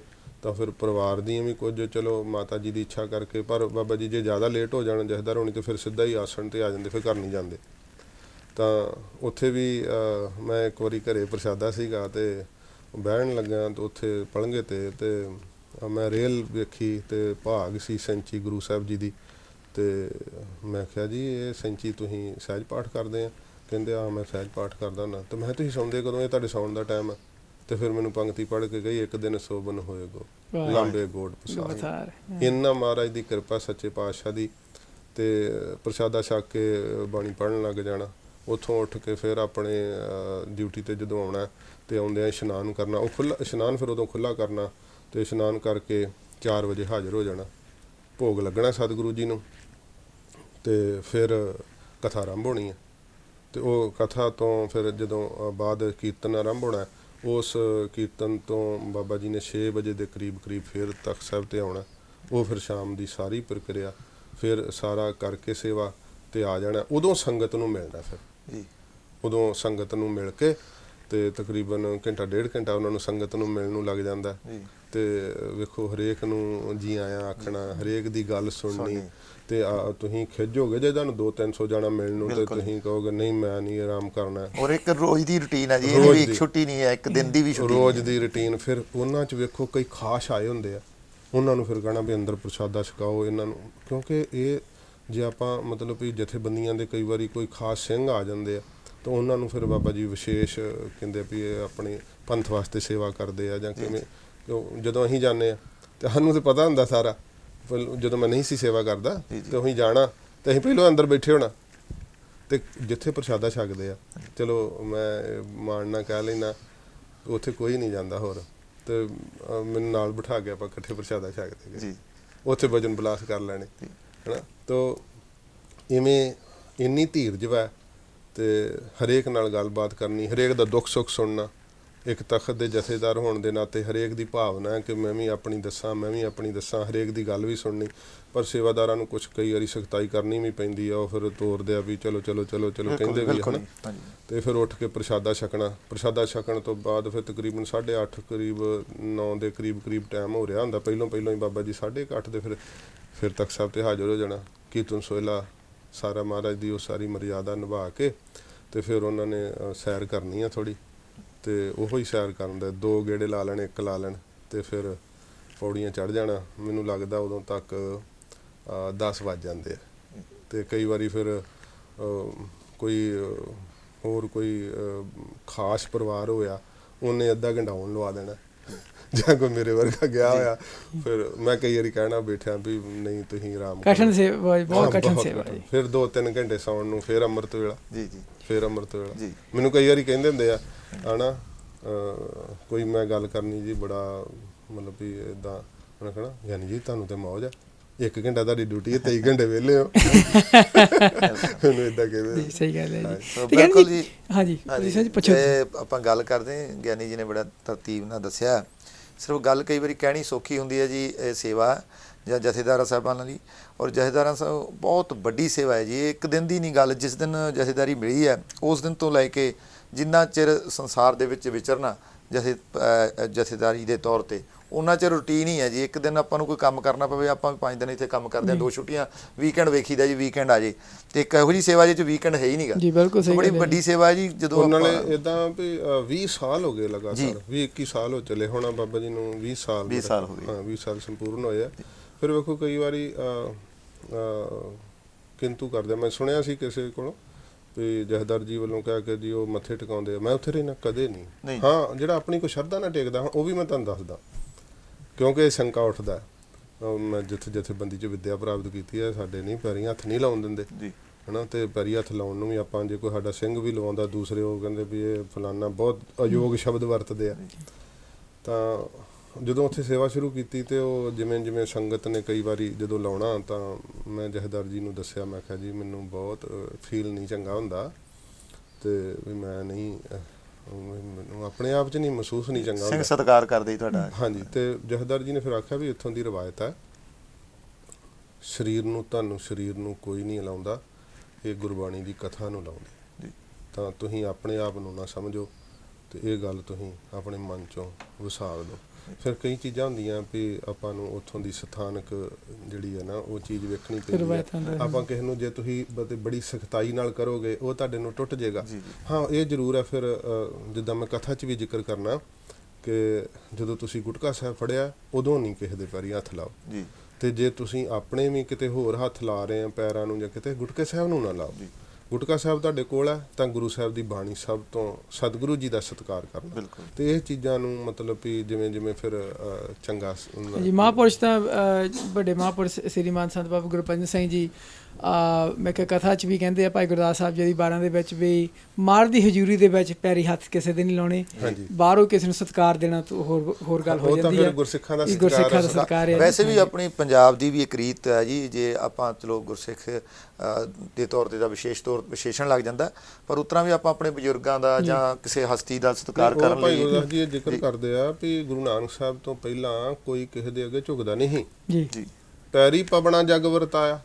ਮਹਾਰਾਜ ਨੇ ਪੈਰੀ ਪੈਣ ਦੀ ਜਾਚ ਦੱਸੀ ਗੁਰੂ ਸਾਹਿਬ ਨੇ ਨਿਮਰਤਾ ਨਾਲ। ਤੇ ਜੇ ਗੁਰੂ ਸਾਹਿਬ ਮਤਲਬ ਵੀ ਨਿਮਰਤਾ ਨਾਲ ਸਤਿਗੁਰੂ ਜੀ ਸ਼ਕਤੀ ਖਿੱਚ ਲੈਂਦੇ ਹੈ ਅਗਲੇ ਦੀ, ਇਹ ਨਿਮਰਤਾ ਨਾਲ ਹੈ, ਇਹ ਨਿਮਰਤਾ ਤੋਂ ਵਾਚਕ ਵਾ। ਤੇ ਜਿਹੜਾ ਕੋਈ ਆਪਣੀ ਦੇਹ ਦਾ ਸਤਿਕਾਰ ਕਰਾਵੇ, ਜਾਣ ਕੇ ਇਹ ਕੁਛ ਕਰਾਵੇ, ਉਹ ਤਾਂ ਡਿਫਰੈਂਟ ਆ, ਉਹ ਤਾਂ ਵੱਖਰੀ ਗੱਲ ਹੈ, ਡੰਬੀ ਹੋ ਗਿਆ, ਪਖੰਡੀ ਹੋ ਗਿਆ ਜੀ। ਬਿਲਕੁਲ। ਤੇ ਪਰ ਜਿਹੜਾ ਮਤਲਬ ਵੀ ਆਪ ਵੀ ਨਿਮਰਤਾ ਧਾਰ ਕੇ ਝੁਕਣਾ ਤੇ ਜੋ ਦਿਸੇ ਗੁਰਸਿੱਖ ਖੜਾ, ਸਿੱਖੀ ਦਾ ਪ੍ਰਚਾਰ ਕਰਨਾ, ਤੇ ਬਾਣੀ ਬਾਣੇ ਨੂੰ, ਕਮਾਈ ਨੂੰ ਨਮਸਕਾਰਾਂ ਹੁੰਦੀਆਂ। ਸਤ ਬਚਨ। ਤੇ ਗਿਆਨੀ ਜੀ ਇੱਥੇ ਤੁਸੀਂ ਜ਼ਿਕਰ ਕੀਤਾ ਜੀ ਹਜੂਰ ਸਾਹਿਬ ਦੇ ਜਿਹੜੇ ਬੜੇ ਤਿਆਰ ਸਿੰਘ ਆ, ਜਿਹਨੂੰ ਹਜੂਰੀ ਸਿੰਘ ਵੀ ਅਸੀਂ ਕਹਿ ਦਿੰਦੇ ਹਾਂ ਜੀ, ਉਹਨਾਂ ਬਾਰੇ ਥੋੜ੍ਹਾ ਚਾਨਣਾ ਪਾਓ ਗਿਆਨੀ ਜੀ। ਇਹ ਸਿੰਘ ਸੀਗੇ ਜਿਹੜੇ ਮਹਾਰਾਜ ਸਾਹਿਬ ਨਾਲ ਪੰਜਾਬ ਆਏ ਸੀਗੇ ਕਿ ਇਹ ਉੱਥੋਂ ਦੇ ਵਸਨੀਕ ਸਿੰਘ ਸੀਗੇ ਜਿਹੜੇ ਉਸ ਖੇਤਰ ਵਿੱਚ ਰਹਿੰਦੇ ਸੀ, ਉਹਨਾਂ ਨੂੰ ਹਜੂਰੀ ਸਿੰਘ ਕਿਹਾ ਜਾਂਦਾ? ਗੁਰੂ ਸਾਹਿਬ ਜੀ ਦੇ ਨਾਲ ਵੀ ਸਿੰਘ ਜਿਹੜੇ ਆਏ ਸੀ ਉਹਨਾਂ ਦਾ ਵੀ ਜ਼ਿਕਰ ਆਉਂਦਾ। ਫਿਰ ਸ਼ੇਰੇ ਪੰਜਾਬ ਜੀ ਨੇ ਵੀ ਜਦੋਂ ਤਖ਼ਤ ਸਾਹਿਬ ਦੀ ਉਸਾਰੀ ਹੋਈ ਆ ਉਦੋਂ ਵੀ ਮਹਾਰਾਜਾ ਸਾਹਿਬ ਜੀ ਨੇ ਇੱਥੇ ਸਿੰਘ ਭੇਜੇ ਆ, ਤਾਂ ਇਹ ਜ਼ਿਕਰ ਸਾਰੇ ਆਉਂਦੇ ਆ। ਅਤੇ ਹੁਣ ਕੱਲ੍ਹ ਮੈਨੂੰ TV 'ਤੇ ਪੁੱਛਦੇ ਸੀਗੇ ਕਿ ਬਾਬਾ ਬੰਦਾ ਸਿੰਘ ਜੀ ਬਹਾਦਰ ਨੂੰ ਹੀ ਕਿਉਂ ਕੇਵਲ ਮਹਾਰਾਜ ਜੀ ਨੇ ਜਾ ਕੇ ਸਾਜਿਆ, ਤਾਂ ਉਹ ਤਾਂ ਵੇਖੋ ਪਿਛਲੇ ਜਨਮ ਦਾ ਮੈਂ ਜਵਾਬ ਦਿੱਤਾ ਵੀ ਕੋਈ ਪਿਛਲੇ ਜਨਮ ਦਾ ਉਹਨਾਂ ਦਾ ਕਰਮ। ਬਾਕੀ ਗੁਰੂ ਗੋਬਿੰਦ ਸਿੰਘ ਸਾਹਿਬ ਨੇ ਰਸਤੇ 'ਚ ਹੀ ਸੰਕੇਤ ਦੇ ਦਿੱਤੇ ਵੀ ਮੈਂ ਉੱਥੇ ਜੈਤ ਰਾਮ ਦੇ ਨੇ ਵੀ ਦੱਸਿਆ ਨਾ ਜਾਇਓ, ਮਹਾਰਾਜ ਜੀ ਗਏ ਹੈ ਨਾ। ਅਤੇ ਪਰ ਜਦੋਂ ਗੁਰੂ ਸਾਹਿਬ ਜੀ ਉੱਥੇ ਆਉਂਦੇ ਆ ਨਾ, ਇਹ ਲਿਖਤ 'ਚ ਆਉਂਦਾ ਹੈ ਕਿ ਗੁਰੂ ਸਾਹਿਬ ਜੀ ਨੇ 12,000 ਮਰਹਟਿਆਂ ਦੀ ਫੌਜ ਤਿਆਰ ਕਰ ਦਿੱਤੀ ਸੀ। 12,000 ਮਰਹਟੇ ਨੇ ਅੰਮ੍ਰਿਤ ਛਕ ਲਿਆ ਸੀ। ਗੁਰੂ ਗੋਬਿੰਦ ਸਿੰਘ ਸਾਹਿਬ ਜੀ ਇਵੇਂ ਨਹੀਂ ਸੀ ਕਿ ਇੱਕ ਇਨਸਾਨ ਸੀ। ਗੁਰੂ ਸਾਹਿਬ ਜੀ ਨੂੰ ਤਾਂ ਜੇ ਭਾਈ ਨੰਦ ਲਾਲ ਜੀ ਨੇ ਵੇਖਿਆ ਤੇ ਮਹਾਰਾਜ ਦੇ ਹੋ ਗਏ ਆ, ਜੇ ਸੈਦ ਖਾਂ ਨੇ ਵੇਖਿਆ ਲਹੂ ਲਿਬੜੀ ਤਲਵਾਰ ਡਿੱਗ ਗਈ ਆ। ਗੁਰੂ ਗੋਬਿੰਦ ਸਿੰਘ ਸਾਹਿਬ ਸੱਚੇ ਪਾਤਸ਼ਾਹ ਜੀ ਮਹਾਰਾਜ ਦੇ ਨੇਤਰਾਂ ਦੀ ਸ਼ਕਤੀ ਇੱਦਾਂ ਦੀ ਸੀ ਤੇ ਹਰ ਕੋਈ ਝੁਕਦਾ ਸੀ। ਮਹਾਰਾਜ ਦੀ ਇਹੋ ਜਿਹੀ ਬਖਸ਼ਿਸ਼ ਹੋਈ ਕਿ ਇੰਨੀ ਵੱਡੀ ਗਿਣਤੀ 'ਚ ਮਰਹਟਿਆਂ ਨੇ ਅੰਮ੍ਰਿਤ ਛਕਿਆ। ਤੇ ਇਹ ਸਾਰਾ ਸਤਿਗੁਰੂ ਜੀ ਨੇ ਜਦੋਂ ਉੱਥੇ ਜਾਂਦੇ ਆ, ਫਿਰ ਸਿੱਖਾਂ ਦਾ ਉੱਥੇ ਜਿਹੜਾ ਹੈ ਉਹ ਗੜ੍ਹ ਬਣਨਾ। ਤੋ ਕਦੇ ਜਦੋਂ ਸ਼ੇਰੇ ਪੰਜਾਬ ਜੀ ਦਾ ਵਕਤ ਸੀਗਾ, ਬੜੀਆਂ ਚਹਿਲ ਪਹਿਲਾਂ ਸੀਗੀਆਂ। ਫਿਰ ਸ਼ੇਰੇ ਪੰਜਾਬ ਜੀ ਦਾ ਫਾਨੀ ਸੰਸਾਰ ਤੋਂ ਜਾਣਾ, ਫਿਰ ਇਹੋ ਜਿਹਾ ਸਮਾਂ ਵੀ ਦੌਰ ਆਉਣਾ ਕਿ ਮਤਲਬ ਵੀ ਉੱਥੇ ਚੋਣਵੇਂ ਸਿੰਘਾਂ ਦਾ ਰਹਿ ਜਾਣਾ ਜਾਂ ਸੇਵਾ 'ਚ ਕੋਈ ਇਸ ਤਰ੍ਹਾਂ ਹੈ ਨਾ। ਅਤੇ ਇਹ ਸਮੇਂ ਨਾਲ ਫਰਕ ਪੈਂਦਾ ਰਿਹਾ। ਅਤੇ ਉਹਦਾ ਸਿੰਘ ਉੱਥੇ ਮਤਲਬ ਵੀ ਗੁਰੂ ਜੀ ਦੇ ਸਮੇਂ ਤੋਂ ਔਰ ਇਹ ਵੀ ਵੱਡੀ ਗੱਲ ਹੈ ਜੀ, ਉਸ ਸਮੇਂ ਤੋਂ ਲੈ ਕੇ ਹੁਣ ਤੱਕ ਜਿਹੜੇ ਹੈ ਜਿਵੇਂ ਅਸੀਂ ਪੰਜਾਬ 'ਚ ਵੇਖਦੇ ਹਾਂ, ਸਾਡੇ ਆਪਣੇ ਪਰਿਵਾਰਾਂ 'ਚੋਂ ਹੀ ਉਹ ਚੀਜ਼ ਚਲੀ ਗਈ, ਪਰ ਉਹਨਾਂ ਨੇ ਸੀਨਾ ਬਸੀਨਾ ਉਹ ਚੀਜ਼ ਨੂੰ ਸਾਂਭਿਆ, ਸਿੱਖੀ ਨੂੰ, ਸ਼ਾਸਤਰ ਨੂੰ ਤਿਆਰ ਬਰ ਤਿਆਰ ਨੇ। ਕੋਈ ਜਦੋਂ ਆਪਾਂ ਗੱਲ ਕਰਦੇ ਹਾਂ ਵੀ ਹਜੂਰੀ ਸਿੰਘ ਆ, ਤੇ ਉਹ ਆਟੋਮੈਟਿਕਲੀ ਸਾਡੇ ਦਿਮਾਗ ਦੇ ਵਿੱਚ ਇੱਕ ਇਮੇਜ ਪੈਦਾ ਹੋ ਜਾਂਦੀ ਹੈ ਕਿ ਉਹ ਦਾੜੀ ਕੇਸ ਤਿਆਰ ਬਰਿਆ, ਸਾਬਤ ਸੂਰਤ, ਅੰਮ੍ਰਿਤਧਾਰੀ ਔਰ ਹੱਥ 'ਚ ਸ੍ਰੀ ਸਾਹਿਬ ਵੀ ਬਕਾਇਦਾ ਰੱਖਦੇ। ਸੋ ਬੜੀ ਵੱਡੀ ਗੱਲ ਹੈ ਜੀ, ਐਡੀ ਦੂਰ ਸਾਡੀ ਕੌਮ ਦਾ ਬਹੁਤ ਵੱਡਾ ਅੰਗ ਹੈ ਔਰ ਬੜਾ ਵੱਡੀ ਤਾਕਤ ਹੈ ਸਾਡੀ। ਸਾਨੂੰ ਮਾਣ ਵੀ ਹੈ ਉਹਨਾਂ ਸਿੰਘਾਂ 'ਤੇ, ਉਹ ਸਤਿਕਾਰ ਵੀ ਬਹੁਤ ਹੈ ਕਿਉਂਕਿ ਅਸੀਂ ਜਿਸ ਜਗ੍ਹਾ ਤੋਂ ਟੁੱਟ ਗਏ ਹਾਂ ਉਹ ਉਹਨਾਂ ਨੇ ਬਹੁਤ ਵੱਡੇ ਲੈਵਲ ਤੇ ਜੁੜ ਚੁੱਕਿਆ। ਯਾਨੀ ਜੀ ਹੁਣ ਅਖੀਰਲਾ ਸਵਾਲ ਹੈ ਜੀ, ਕਿਉਂਕਿ ਸਮਾਂ ਬਹੁਤ ਤੇਜ਼ੀ ਵੱਲ ਵੱਧਦਾ ਜਾ ਰਿਹਾ ਜੀ। ਤੇ ਪਹਿਲਾਂ ਕਿਹਾ ਸੀ ਵੀ 1 ਘੰਟਾ, ਤੇ ਮੈਂ ਸੋਚ ਰਿਹਾ ਸੀ ਵੀ ਮੈਨੂੰ ਨਾ ਨੀਂਦ ਆਉਂਦੀ, ਰਾਤ ਦਾ ਇੱਥੇ ਟਾਈਮ ਹੈ ਤੇ ਵੀ 1 ਘੰਟਾ ਕਿੱਦਾਂ ਕੱਢਾਂਗੇ ਟਾਈਮ ਜੀ। ਤੇ ਪਰ ਪਤਾ ਹੀ ਨਹੀਂ ਲੱਗਾ। ਯਾਨੀ 2 ਘੰਟੇ ਰਵਾਲੇ ਤੁਹਾਡਾ ਜੀ, ਕਿਰਪਾ ਹੀ ਬੜੀ ਹੈ। ਸੋ ਇੱਕ ਕਹਿੰਦੀ ਜਾਂਦੇ ਜਾਂਦੇ ਸਵਾਲ ਹੈ ਜੀ, ਕਿਉਂਕਿ ਇਹ ਤੁਸੀਂ ਪ੍ਰਚਾਰ ਕਰਦੇ ਆ ਜੀ, ਦੇਸਾਂ ਵਿਦੇਸਾਂ ਵਿੱਚ ਵਿਚਰਦੇ ਆ, ਜਿਹੜਾ ਇਸ ਵੇਲੇ ਤੁਸੀਂ ਪੰਜਾਬ ਵੱਲ ਦੇਖਦੇ ਆ ਵੀ ਸਿੱਖੀ ਦਾ, ਚਲੋ ਜਿਹੜੇ ਗੁਰਮੁਖ ਪਰਿਵਾਰ ਤਾਂ ਗੁਰਮੁਖ ਪਰਿਵਾਰ ਹੈਗੇ ਆ, ਕਈ ਲੋਕ ਜੁੜੇ ਵੀ ਐਸੀ ਨਹੀਂ ਗੱਲ ਹੈ, ਪਰ ਇੱਕ ਤਰ੍ਹਾਂ ਜਿਹੜਾ ਸਿੱਖੀ ਤੋਂ ਲੋਕ ਪਤਿਤ ਬਹੁਤ ਹੋ ਗਏ ਆ ਜੀ। ਹੁਣ ਜੇ ਅਸੀਂ ਪੰਜਾਬ ਤੋਂ ਬਾਹਰ ਨਿਗਾਹ ਮਾਰੀਏ, ਹਲੇ ਇੰਨਾ ਬੁਰਾ ਹਾਲ ਨਹੀਂ ਹੈਗਾ ਉਹਨਾਂ ਸੂਬਿਆਂ ਵਿੱਚ, ਇਹਦਾ ਕਾਰਨ ਕੀ ਸਮਝਦੇ ਆ ਤੁਸੀਂ ਜੀ? ਕਾਰਨ ਤਾਂ ਸਪਸ਼ਟ ਹੈਗੇ ਆ, ਪਰ ਥੋੜ੍ਹਾ ਜਿਹਾ ਜਿਵੇਂ ਆਪਾਂ ਨੂੰ ਦੀਰਘ ਸੋਚ ਨਾਲ ਸਮਝਣਾ ਚਾਹੀਦਾ। ਸਿੱਖੀ ਵਿਰੋਧੀ ਤਾਕਤਾਂ ਵਰਕ ਕਰਦੀਆਂ ਨੇ ਵੀ ਸਿੱਖ ਕਿੱਥੇ ਪਨਪ ਰਹੇ ਆ, ਉੱਥੇ ਕੰਮ ਜ਼ਿਆਦਾ ਹੋ ਰਿਹਾ, ਇਸ ਕਰਕੇ ਸਿੱਖ ਸਿੱਖੀ ਨਾਲੋਂ ਟੁੱਟ ਰਹੇ। ਮੇਰੀ ਗੱਲ ਤੁਸੀਂ ਸਮਝ ਗਏ? ਜੀ ਸਮਝ ਤੁਹਾਨੂੰ ਇਸ਼ਾਰਾ ਹੀ ਬਹੁਤ ਹੁੰਦਾ ਕਿ ਨਹੀਂ ਜੀ? ਹਾਂਜੀ, ਆਪ ਜੀ ਨੇ ਸਿਖਾਏ ਗੁਣ, ਇਸ ਕਰਕੇ ਮੈਂ ਵਿਸਤਾਰ ਨਹੀਂ ਇਹਦਾ ਦੱਸਣਾ ਚਾਹੁੰਦਾ। ਤੇ ਅੱਜ ਲੋੜ ਹੈ ਸ੍ਰੀ ਗੁਰੂ ਗ੍ਰੰਥ ਸਾਹਿਬ ਜੀ ਦੀ ਬਾਣੀ ਨਾਲ ਜੁੜੋ, ਪੰਥ ਨੂੰ ਇੱਕ ਰੂਪ ਜਾਣੋ, ਪਰਿਵਾਰ ਜਾਣੋ। ਜਥੇਬੰਦੀਆਂ ਦੇ ਵਿੱਚ ਵੀ ਆਪੋ ਆਪਣੀਆਂ ਵੱਖਰੇਵਾਂ ਨਾ ਪਾਈਏ, ਇੱਕ ਹੋ ਜਾਈਏ। ਅਤੇ ਉਹਦਾ ਕੋਈ ਇਹੋ ਜਿਹੀ ਗੱਲ ਨਹੀਂ ਹੈਗੀ ਜੋ ਬਹੁਤ ਜ਼ਿਆਦਾ ਫਿਕਰ ਕਰਨਾ। ਆਪਾਂ ਫਿਕਰ ਕਰ ਕੀ ਕਰ ਸਕਦੇ ਹਾਂ? ਸਮਰੱਥ ਪਾਤਸ਼ਾਹ ਦਾ ਪੰਥ ਹੈ, ਆਪਾਂ ਨੂੰ ਜੋ ਗੁਰੂ ਸਾਹਿਬ ਜੀ ਆਗਿਆ ਕਰ ਗਏ ਆ, ਬਾਣੀ ਨਾਲ ਜੁੜੋ ਅਤੇ ਸ਼ਸਤਰ ਵਿੱਦਿਆ ਨਾਲ ਜੁੜੋ, ਅਤੇ ਜਿੰਨਾ ਹੋ ਸਕਦਾ ਸਿੱਖਾਂ ਨੂੰ ਪ੍ਰੇਰਨਾ, ਗੁਰੂ ਸਾਹਿਬ ਜੀ ਦਾ ਇਤਿਹਾਸ ਸੁਣਾਉਣਾ। ਅਤੇ ਇਹ ਵੀ ਜਦੋਂ ਅਸੀਂ ਇਹ ਨਹੀਂ ਵੀ ਸਾਨੂੰ ਅਸੀਂ ਕਹੀਏ ਸਾਨੂੰ ਪਤਾ ਹੈ ਅਤੇ ਸਾਨੂੰ ਕੀ ਲੋੜ ਹੈ, ਕਥਾ ਕਰਦੇ ਹਾਂ, ਅਸੀਂ ਸੰਗਤ ਕਰਦੇ ਹਾਂ। ਇਹ ਨਹੀਂ ਕਿ ਸਾਨੂੰ ਪਤਾ ਅਤੇ ਸਾਨੂੰ ਕਥਾ ਕਰਨ ਦੀ ਲੋੜ ਨਹੀਂ ਹੈਗੀ। ਕਥਾ ਜੀਵਨ ਬਣ ਚੁੱਕਾ, ਸੁਣਨ ਵਾਲਾ ਸਰੋਤਾ ਸੁਣਦਾ, ਉਹਨੂੰ ਗੁਰੂ ਸਾਹਿਬ ਜੀ ਦਾ ਹਾਵ ਭਾਵ ਪ੍ਰਾਪਤ ਹੁੰਦਾ, ਗੁਰੂ ਸਾਹਿਬ ਦਾ ਸਪਰਸ਼ ਮਿਲਦਾ। ਇਸ ਤਰ੍ਹਾਂ ਸਿੱਖੀ ਜਿਹੜੀ ਆ ਵੱਧਦੀ ਫੁੱਲਦੀ ਹੈ। ਸ਼੍ਰੀ ਗੁਰੂ ਗ੍ਰੰਥ ਸਾਹਿਬ ਜੀ ਦੀ ਜਿਹੜੀ ਕਥਾ ਹੈ ਨਾ, ਉਹ ਗੁਰਬਾਣੀ ਦੀ ਨਿਰੋਲ ਕਥਾ ਦੀ ਬਹੁਤ ਲੋੜ ਹੈ। ਸਿੱਖਾਂ ਨੂੰ ਇਤਿਹਾਸ ਸੁਣਨ ਦੀ ਬਹੁਤ ਲੋੜ ਹੈ। ਜੇ ਮੈਂ ਇਹਦੇ ਤੇ ਹੀ ਕਵਾਂ ਤੇ ਕਿੰਨਾ ਚਿਰ ਕਹਿ ਸਕਦਾ, ਪਰ ਕੀ ਅੱਜ ਅਸੀਂ ਇੰਨੇ ਕਮਜ਼ੋਰ ਹੋ ਗਏ ਆ। ਫਿਲਮਾਂ ਬਣਨੀਆਂ ਚੰਗੀਆਂ ਨੇ, ਪਰ ਫਿਲਮਾਂ ਤਾਂ ਮਤਲਬ ਵੀ ਪਹਿਲੀ ਪੌੜੀ ਆ ਨਾ। ਹੁਣ ਤੁਸੀਂ ਚਾਰ ਸਾਹਿਬਜ਼ਾਦੇ ਫਿਲਮ ਬਣੀ ਆ, ਜਿਹੜਾ ਉਹਦੇ 'ਚ ਯੁੱਧ ਵਿਖਾਇਆ ਉਹ ਪ੍ਰੋਡਿਊਸਰ ਨੇ ਮਾਫ ਕਰਨਾ, ਪਰ ਫਿਰ ਵੀ ਚੰਗਾ ਉਪਰਾਲਾ ਕੀਤਾ। ਪਰ ਉਹਨਾਂ ਨੂੰ ਕੀ ਪਤਾ ਹੈ, ਇਮੇਜਿਨ ਨਹੀਂ ਕਰ ਸਕਦੇ ਕਿ ਚਮਕੌਰ ਸਾਹਿਬ ਦਾ ਯੁੱਧ ਕਿਵੇਂ ਆ। ਅਸੀਂ ਇਤਿਹਾਸ ਦੇ ਝਰੋਖੇ 'ਚੋਂ ਵੇਖਦੇ ਹਾਂ ਵੀ ਚਮਕੌਰ ਸਾਹਿਬ ਦਾ ਯੁੱਧ ਤੇ ਬਾਬਾ ਅਜੀਤ ਸਿੰਘ ਸਾਹਿਬ ਜੀ ਕਿਵੇਂ ਲੜੇ ਆ। ਉਹਨਾਂ ਦਾ ਸਰੂਪ ਹੀ ਨਹੀਂ ਲੱਭਾ ਜੀ ਜਦੋਂ ਮੁਗਲਾਂ ਨੂੰ ਜੀ, ਤੇ ਬਾਅਦ 'ਚ ਪ੍ਰਗਟ ਹੋਇਆ। ਇਹ ਵੇਖੋ ਵੀ ਮਤਲਬ ਵੀ ਕੀ ਉਹ ਫਿਲਮ ਨਹੀਂ ਬਿਆਨ ਕਰ ਸਕਦੀ। ਬਿਲਕੁਲ ਹੈ ਨਾ। ਤੇ ਆਪਾਂ ਜਦੋਂ ਆਪਾਂ ਨਾ ਇਤਿਹਾਸ ਸੁਣਦੇ ਆ ਨਾ, ਉਦੋਂ ਇਤਿਹਾਸ ਸਾਡੇ ਸਾਹਮਣੇ ਚਿੱਤਰ ਖਿੱਚਦਾ ਸੁਰਤ ਕਰਕੇ ਆਪਾਂ। ਜਦੋਂ ਕਵੀਰਾਜ ਜੀ ਦੱਸਦੇ ਆ ਕਿ ਗੁਰੂ ਗੋਬਿੰਦ ਸਿੰਘ ਸਾਹਿਬ ਜੀ ਚਮਕੌਰ ਸਾਹਿਬ ਦੀ ਧਰਤੀ ਤੇ ਸੂਰਜ ਛਿਪ ਰਿਹਾ, ਛਿਪਦਾ ਸੂਰਜ ਵੀ ਲਾਲੀ ਵਾਲਾ ਹੁੰਦਾ, ਉਹ ਲਾਲਗੀ ਸਹਿਤ ਹੁੰਦਾ।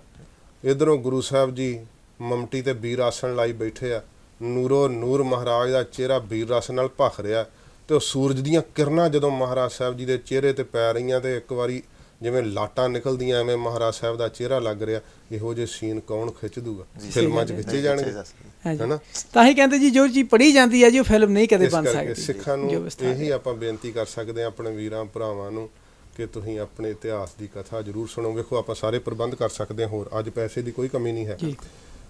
4 ਪਰਿਵਾਰ ਇਕੱਠੇ ਹੋ ਕੇ ਕਿਸੇ ਯੋਗ ਸਿੰਘ ਨੂੰ, ਗ੍ਰਸਤੀ ਸਿੰਘ ਨੂੰ ਰੱਖ ਕੇ, ਨਾਲੇ ਉਹਦੀ ਲੋੜ ਪੂਰੀ ਹੋਵੇਗੀ, ਉਹਦੇ ਕੋਲੋਂ ਗੁਰਬਾਣੀ ਦੀ ਕਥਾ ਸੁਣਨ, ਉਹਦੇ ਕੋਲੋਂ ਇਤਿਹਾਸ ਦੀ ਕਥਾ ਸੁਣਨ, ਉਹਦੇ ਕੋਲੋਂ ਆਪਣੇ ਬੱਚਿਆਂ ਨੂੰ ਪੜ੍ਹਾਉਣ। ਤੇ ਇਹ ਨਹੀਂ ਕਿ ਸਿੰਘ ਨਹੀਂ ਹੈਗੇ, ਲੋੜਵੰਦ ਸਿੰਘ ਹੈਗੇ ਆ, ਪਰ ਆਪਾਂ ਪ੍ਰਬੰਧ ਨਹੀਂ ਕਰ ਰਹੇ। ਹਾਂ, ਤੇ ਜਿਹੜੇ ਕੋਈ ਨਹੀਂ ਚਾਹੁੰਦੇ ਸਿੱਖੀ ਦੇ ਨਿਆਰੇਪਣੇ ਨੂੰ, ਉਹ ਪ੍ਰਬੰਧ ਹੋਣ ਨਹੀਂ ਦਿੰਦੇ ਜੀ। ਸੇ ਸਾਡੇ ਪੰਥ ਨੂੰ ਦੇਖੋ ਜੀ ਸੋਚਣ ਦੀ ਬੜੀ ਲੋੜ ਹੈ। ਗਿਆਨੀ ਜੀ ਬੜੇ ਸੋਹਣੇ ਤੁਸੀਂ ਬਚਨ ਸਾਡੇ ਨਾਲ ਸਾਂਝੇ ਕੀਤੇ ਆ, ਤੇ ਜ਼ਰੂਰ ਇਸ ਸੰਗਤ ਨੂੰ ਵੀ ਸੋਚਣ ਦੀ ਲੋੜ ਹੈ ਜੀ। ਦੇਖੋ ਦਸਵੰਧ ਕੱਢਣਾ ਇਹ ਸਾਡਾ ਇਹ ਫਰਜ਼ ਨਹੀਂ, ਇਹ ਸਾਡੀ ਰਿਕੁਆਇਰਮੈਂਟ ਆ। ਇਹ ਮੈਂ ਫਿਰ ਕਹਿ ਦਵਾਂ ਜੀ ਜਿਹੜਾ ਦਸਵੰਧ ਆਪਾਂ ਦਿੰਦੇ ਹਾਂ ਇਹ ਅਸੀਂ ਫੇਵਰ ਨਹੀਂ ਕਰਦੇ। ਇਹ ਜ਼ਰੂਰੀ ਨਹੀਂ ਵੀ ਤੁਸੀਂ ਚਲੋ ਦੇ ਤਾ ਦਸਵੰਧ, ਇਹ ਸਾਡਾ ਫਰਜ਼ ਵਾ, ਇਹ ਸਾਨੂੰ ਦੇਣਾ ਹੀ ਪੈਣਾ ਆ। ਜੇ ਅਸੀਂ ਨਾ ਦਿੱਤਾ ਕਿਸੇ ਦੂਜੇ ਪਾਸੇ ਤੋਂ ਵੱਧ ਹੋ ਕੇ ਨਿਕਲ ਜਾਊਗਾ, ਕਿਉਂਕਿ ਜਿਹੜੇ 10ਵਾਂ ਹਿੱਸਾ 10 9 ਦੀ ਕਿਰਤ ਦਾ ਮਤਲਬ ਇਹ ਹੁੰਦਾ ਆ ਜੇ 10 ਹਿੱਸੇ ਤੁਸੀਂ ਕਮਾਉਂਦੇ ਆ, 9 ਆਪਣੇ ਕੋਲ ਰੱਖ ਕੇ ਇੱਕ ਜਿਹੜਾ ਗੁਰੂ ਸਾਹਿਬ ਦਾ ਆ, ਕਿਉਂਕਿ ਉੱਥੇ ਸਾਰਾ ਕੁਝ ਮਿਲਦਾ। ਤੇ ਜੇ ਆਪਣੇ 10 9 ਦੀ ਜਿਹੜੀ ਕਿਰਤ ਹੈ ਉਹਨੂੰ ਸਫਲੀ ਕਰਨਾ ਹੈ ਤੇ ਜ਼ਰੂਰ ਸਾਨੂੰ ਆਪਣੇ ਪੰਥ ਵੱਲ ਵੀ ਝਾਕ ਮਾਰਨੀ ਚਾਹੀਦੀ ਆ। ਕੱਲੇ ਹਸਪਤਾਲ ਸਕੂਲ ਬਣਾਉਣਾ ਚੰਗੇ ਉਪਰਾਲੇ ਆ ਜੀ, ਪਰ ਇਹ ਸਰਕਾਰਾਂ ਦੇ ਕੰਮ ਹੁੰਦੇ ਆ। ਇਹ ਜਿਹਨਾਂ ਨੂੰ ਤੁਸੀਂ ਵੋਟਾਂ ਪਾਉਂਦੇ ਆ ਉਹਨਾਂ ਤੋਂ ਬਣਵਾਓ ਸਕੂਲ ਕਾਲਜ, ਪਰ ਜਿਹੜੇ ਸਾਡੇ ਧਾਰਮਿਕ ਜਿਹੜੇ ਕੰਮ ਆ ਉਹ ਸਾਡੇ ਧਾਰਮਿਕ ਜਿਹੜੇ ਸੱਜਣ ਆ, ਭਾਵੇਂ ਪ੍ਰਚਾਰਕ ਹੋ ਗਏ ਜਾਂ ਹੋਰ ਧਾਰਮਿਕ ਜਿਹੜੀ ਸਾਰੀਆਂ ਆ, ਉਹਨਾਂ 'ਤੇ ਸਾਨੂੰ ਜ਼ਰੂਰ ਦੇਣਾ ਚਾਹੀਦਾ। ਯਾਨੀ ਸਮਾਂ ਹੁਣ ਇਜਾਜ਼ਤ ਨਹੀਂ ਦਿੰਦਾ ਬਹੁਤਾ ਅਸੀਂ ਸਵਾਰ ਕਰੀਏ, ਪਰ ਬਹੁਤ ਬਹੁਤ ਦਿਲੋਂ ਤੁਹਾਡਾ ਧੰਨਵਾਦ ਹੈ ਜੀ, ਤੁਸੀਂ ਸਮਾਂ ਕੱਢਿਆ ਤੇ ਕਥਾ ਤੋਂ ਬਾਅਦ ਤੁਸੀਂ ਆਏ ਆ, ਸਮਾਂ ਵੀ ਹੋ ਗਿਆ ਤੇ ਅਸੀਂ ਬਹੁਤ ਰਿਣੀ ਆ ਤੁਹਾਡੇ ਇੱਥੇ ਤੁਸੀਂ ਸਟੂਡੀਓ ਵਿੱਚ ਚਰਨ ਪਾਏ, ਤੇ ਨਾਲ ਭਾਈ ਪ੍ਰਦੀਪ ਸਿੰਘ ਜੀ ਤੁਹਾਡਾ ਵੀ ਹਰੇਕ ਵੀਕ ਤਰ੍ਹਾਂ ਬਹੁਤ ਬਹੁਤ ਧੰਨਵਾਦ। ਤੁਸੀਂ ਬਹੁਤ ਸੋਹਣੇ ਤਰੀਕੇ ਨਾਲ ਸਵਾਲ ਪੁੱਛੇ, ਸੰਚਾਲਨ ਕੀਤਾ ਇਸ ਸ਼ੋਅ ਦਾ। ਸੋ ਅਗਲੇ ਹਫਤੇ ਅਸੀਂ ਇੱਕ ਹੋਰ ਟੌਪਿਕ ਲੈ ਕੇ ਤੁਹਾਡੇ ਰੂਬਰੂ ਹੋਵਾਂਗੇ।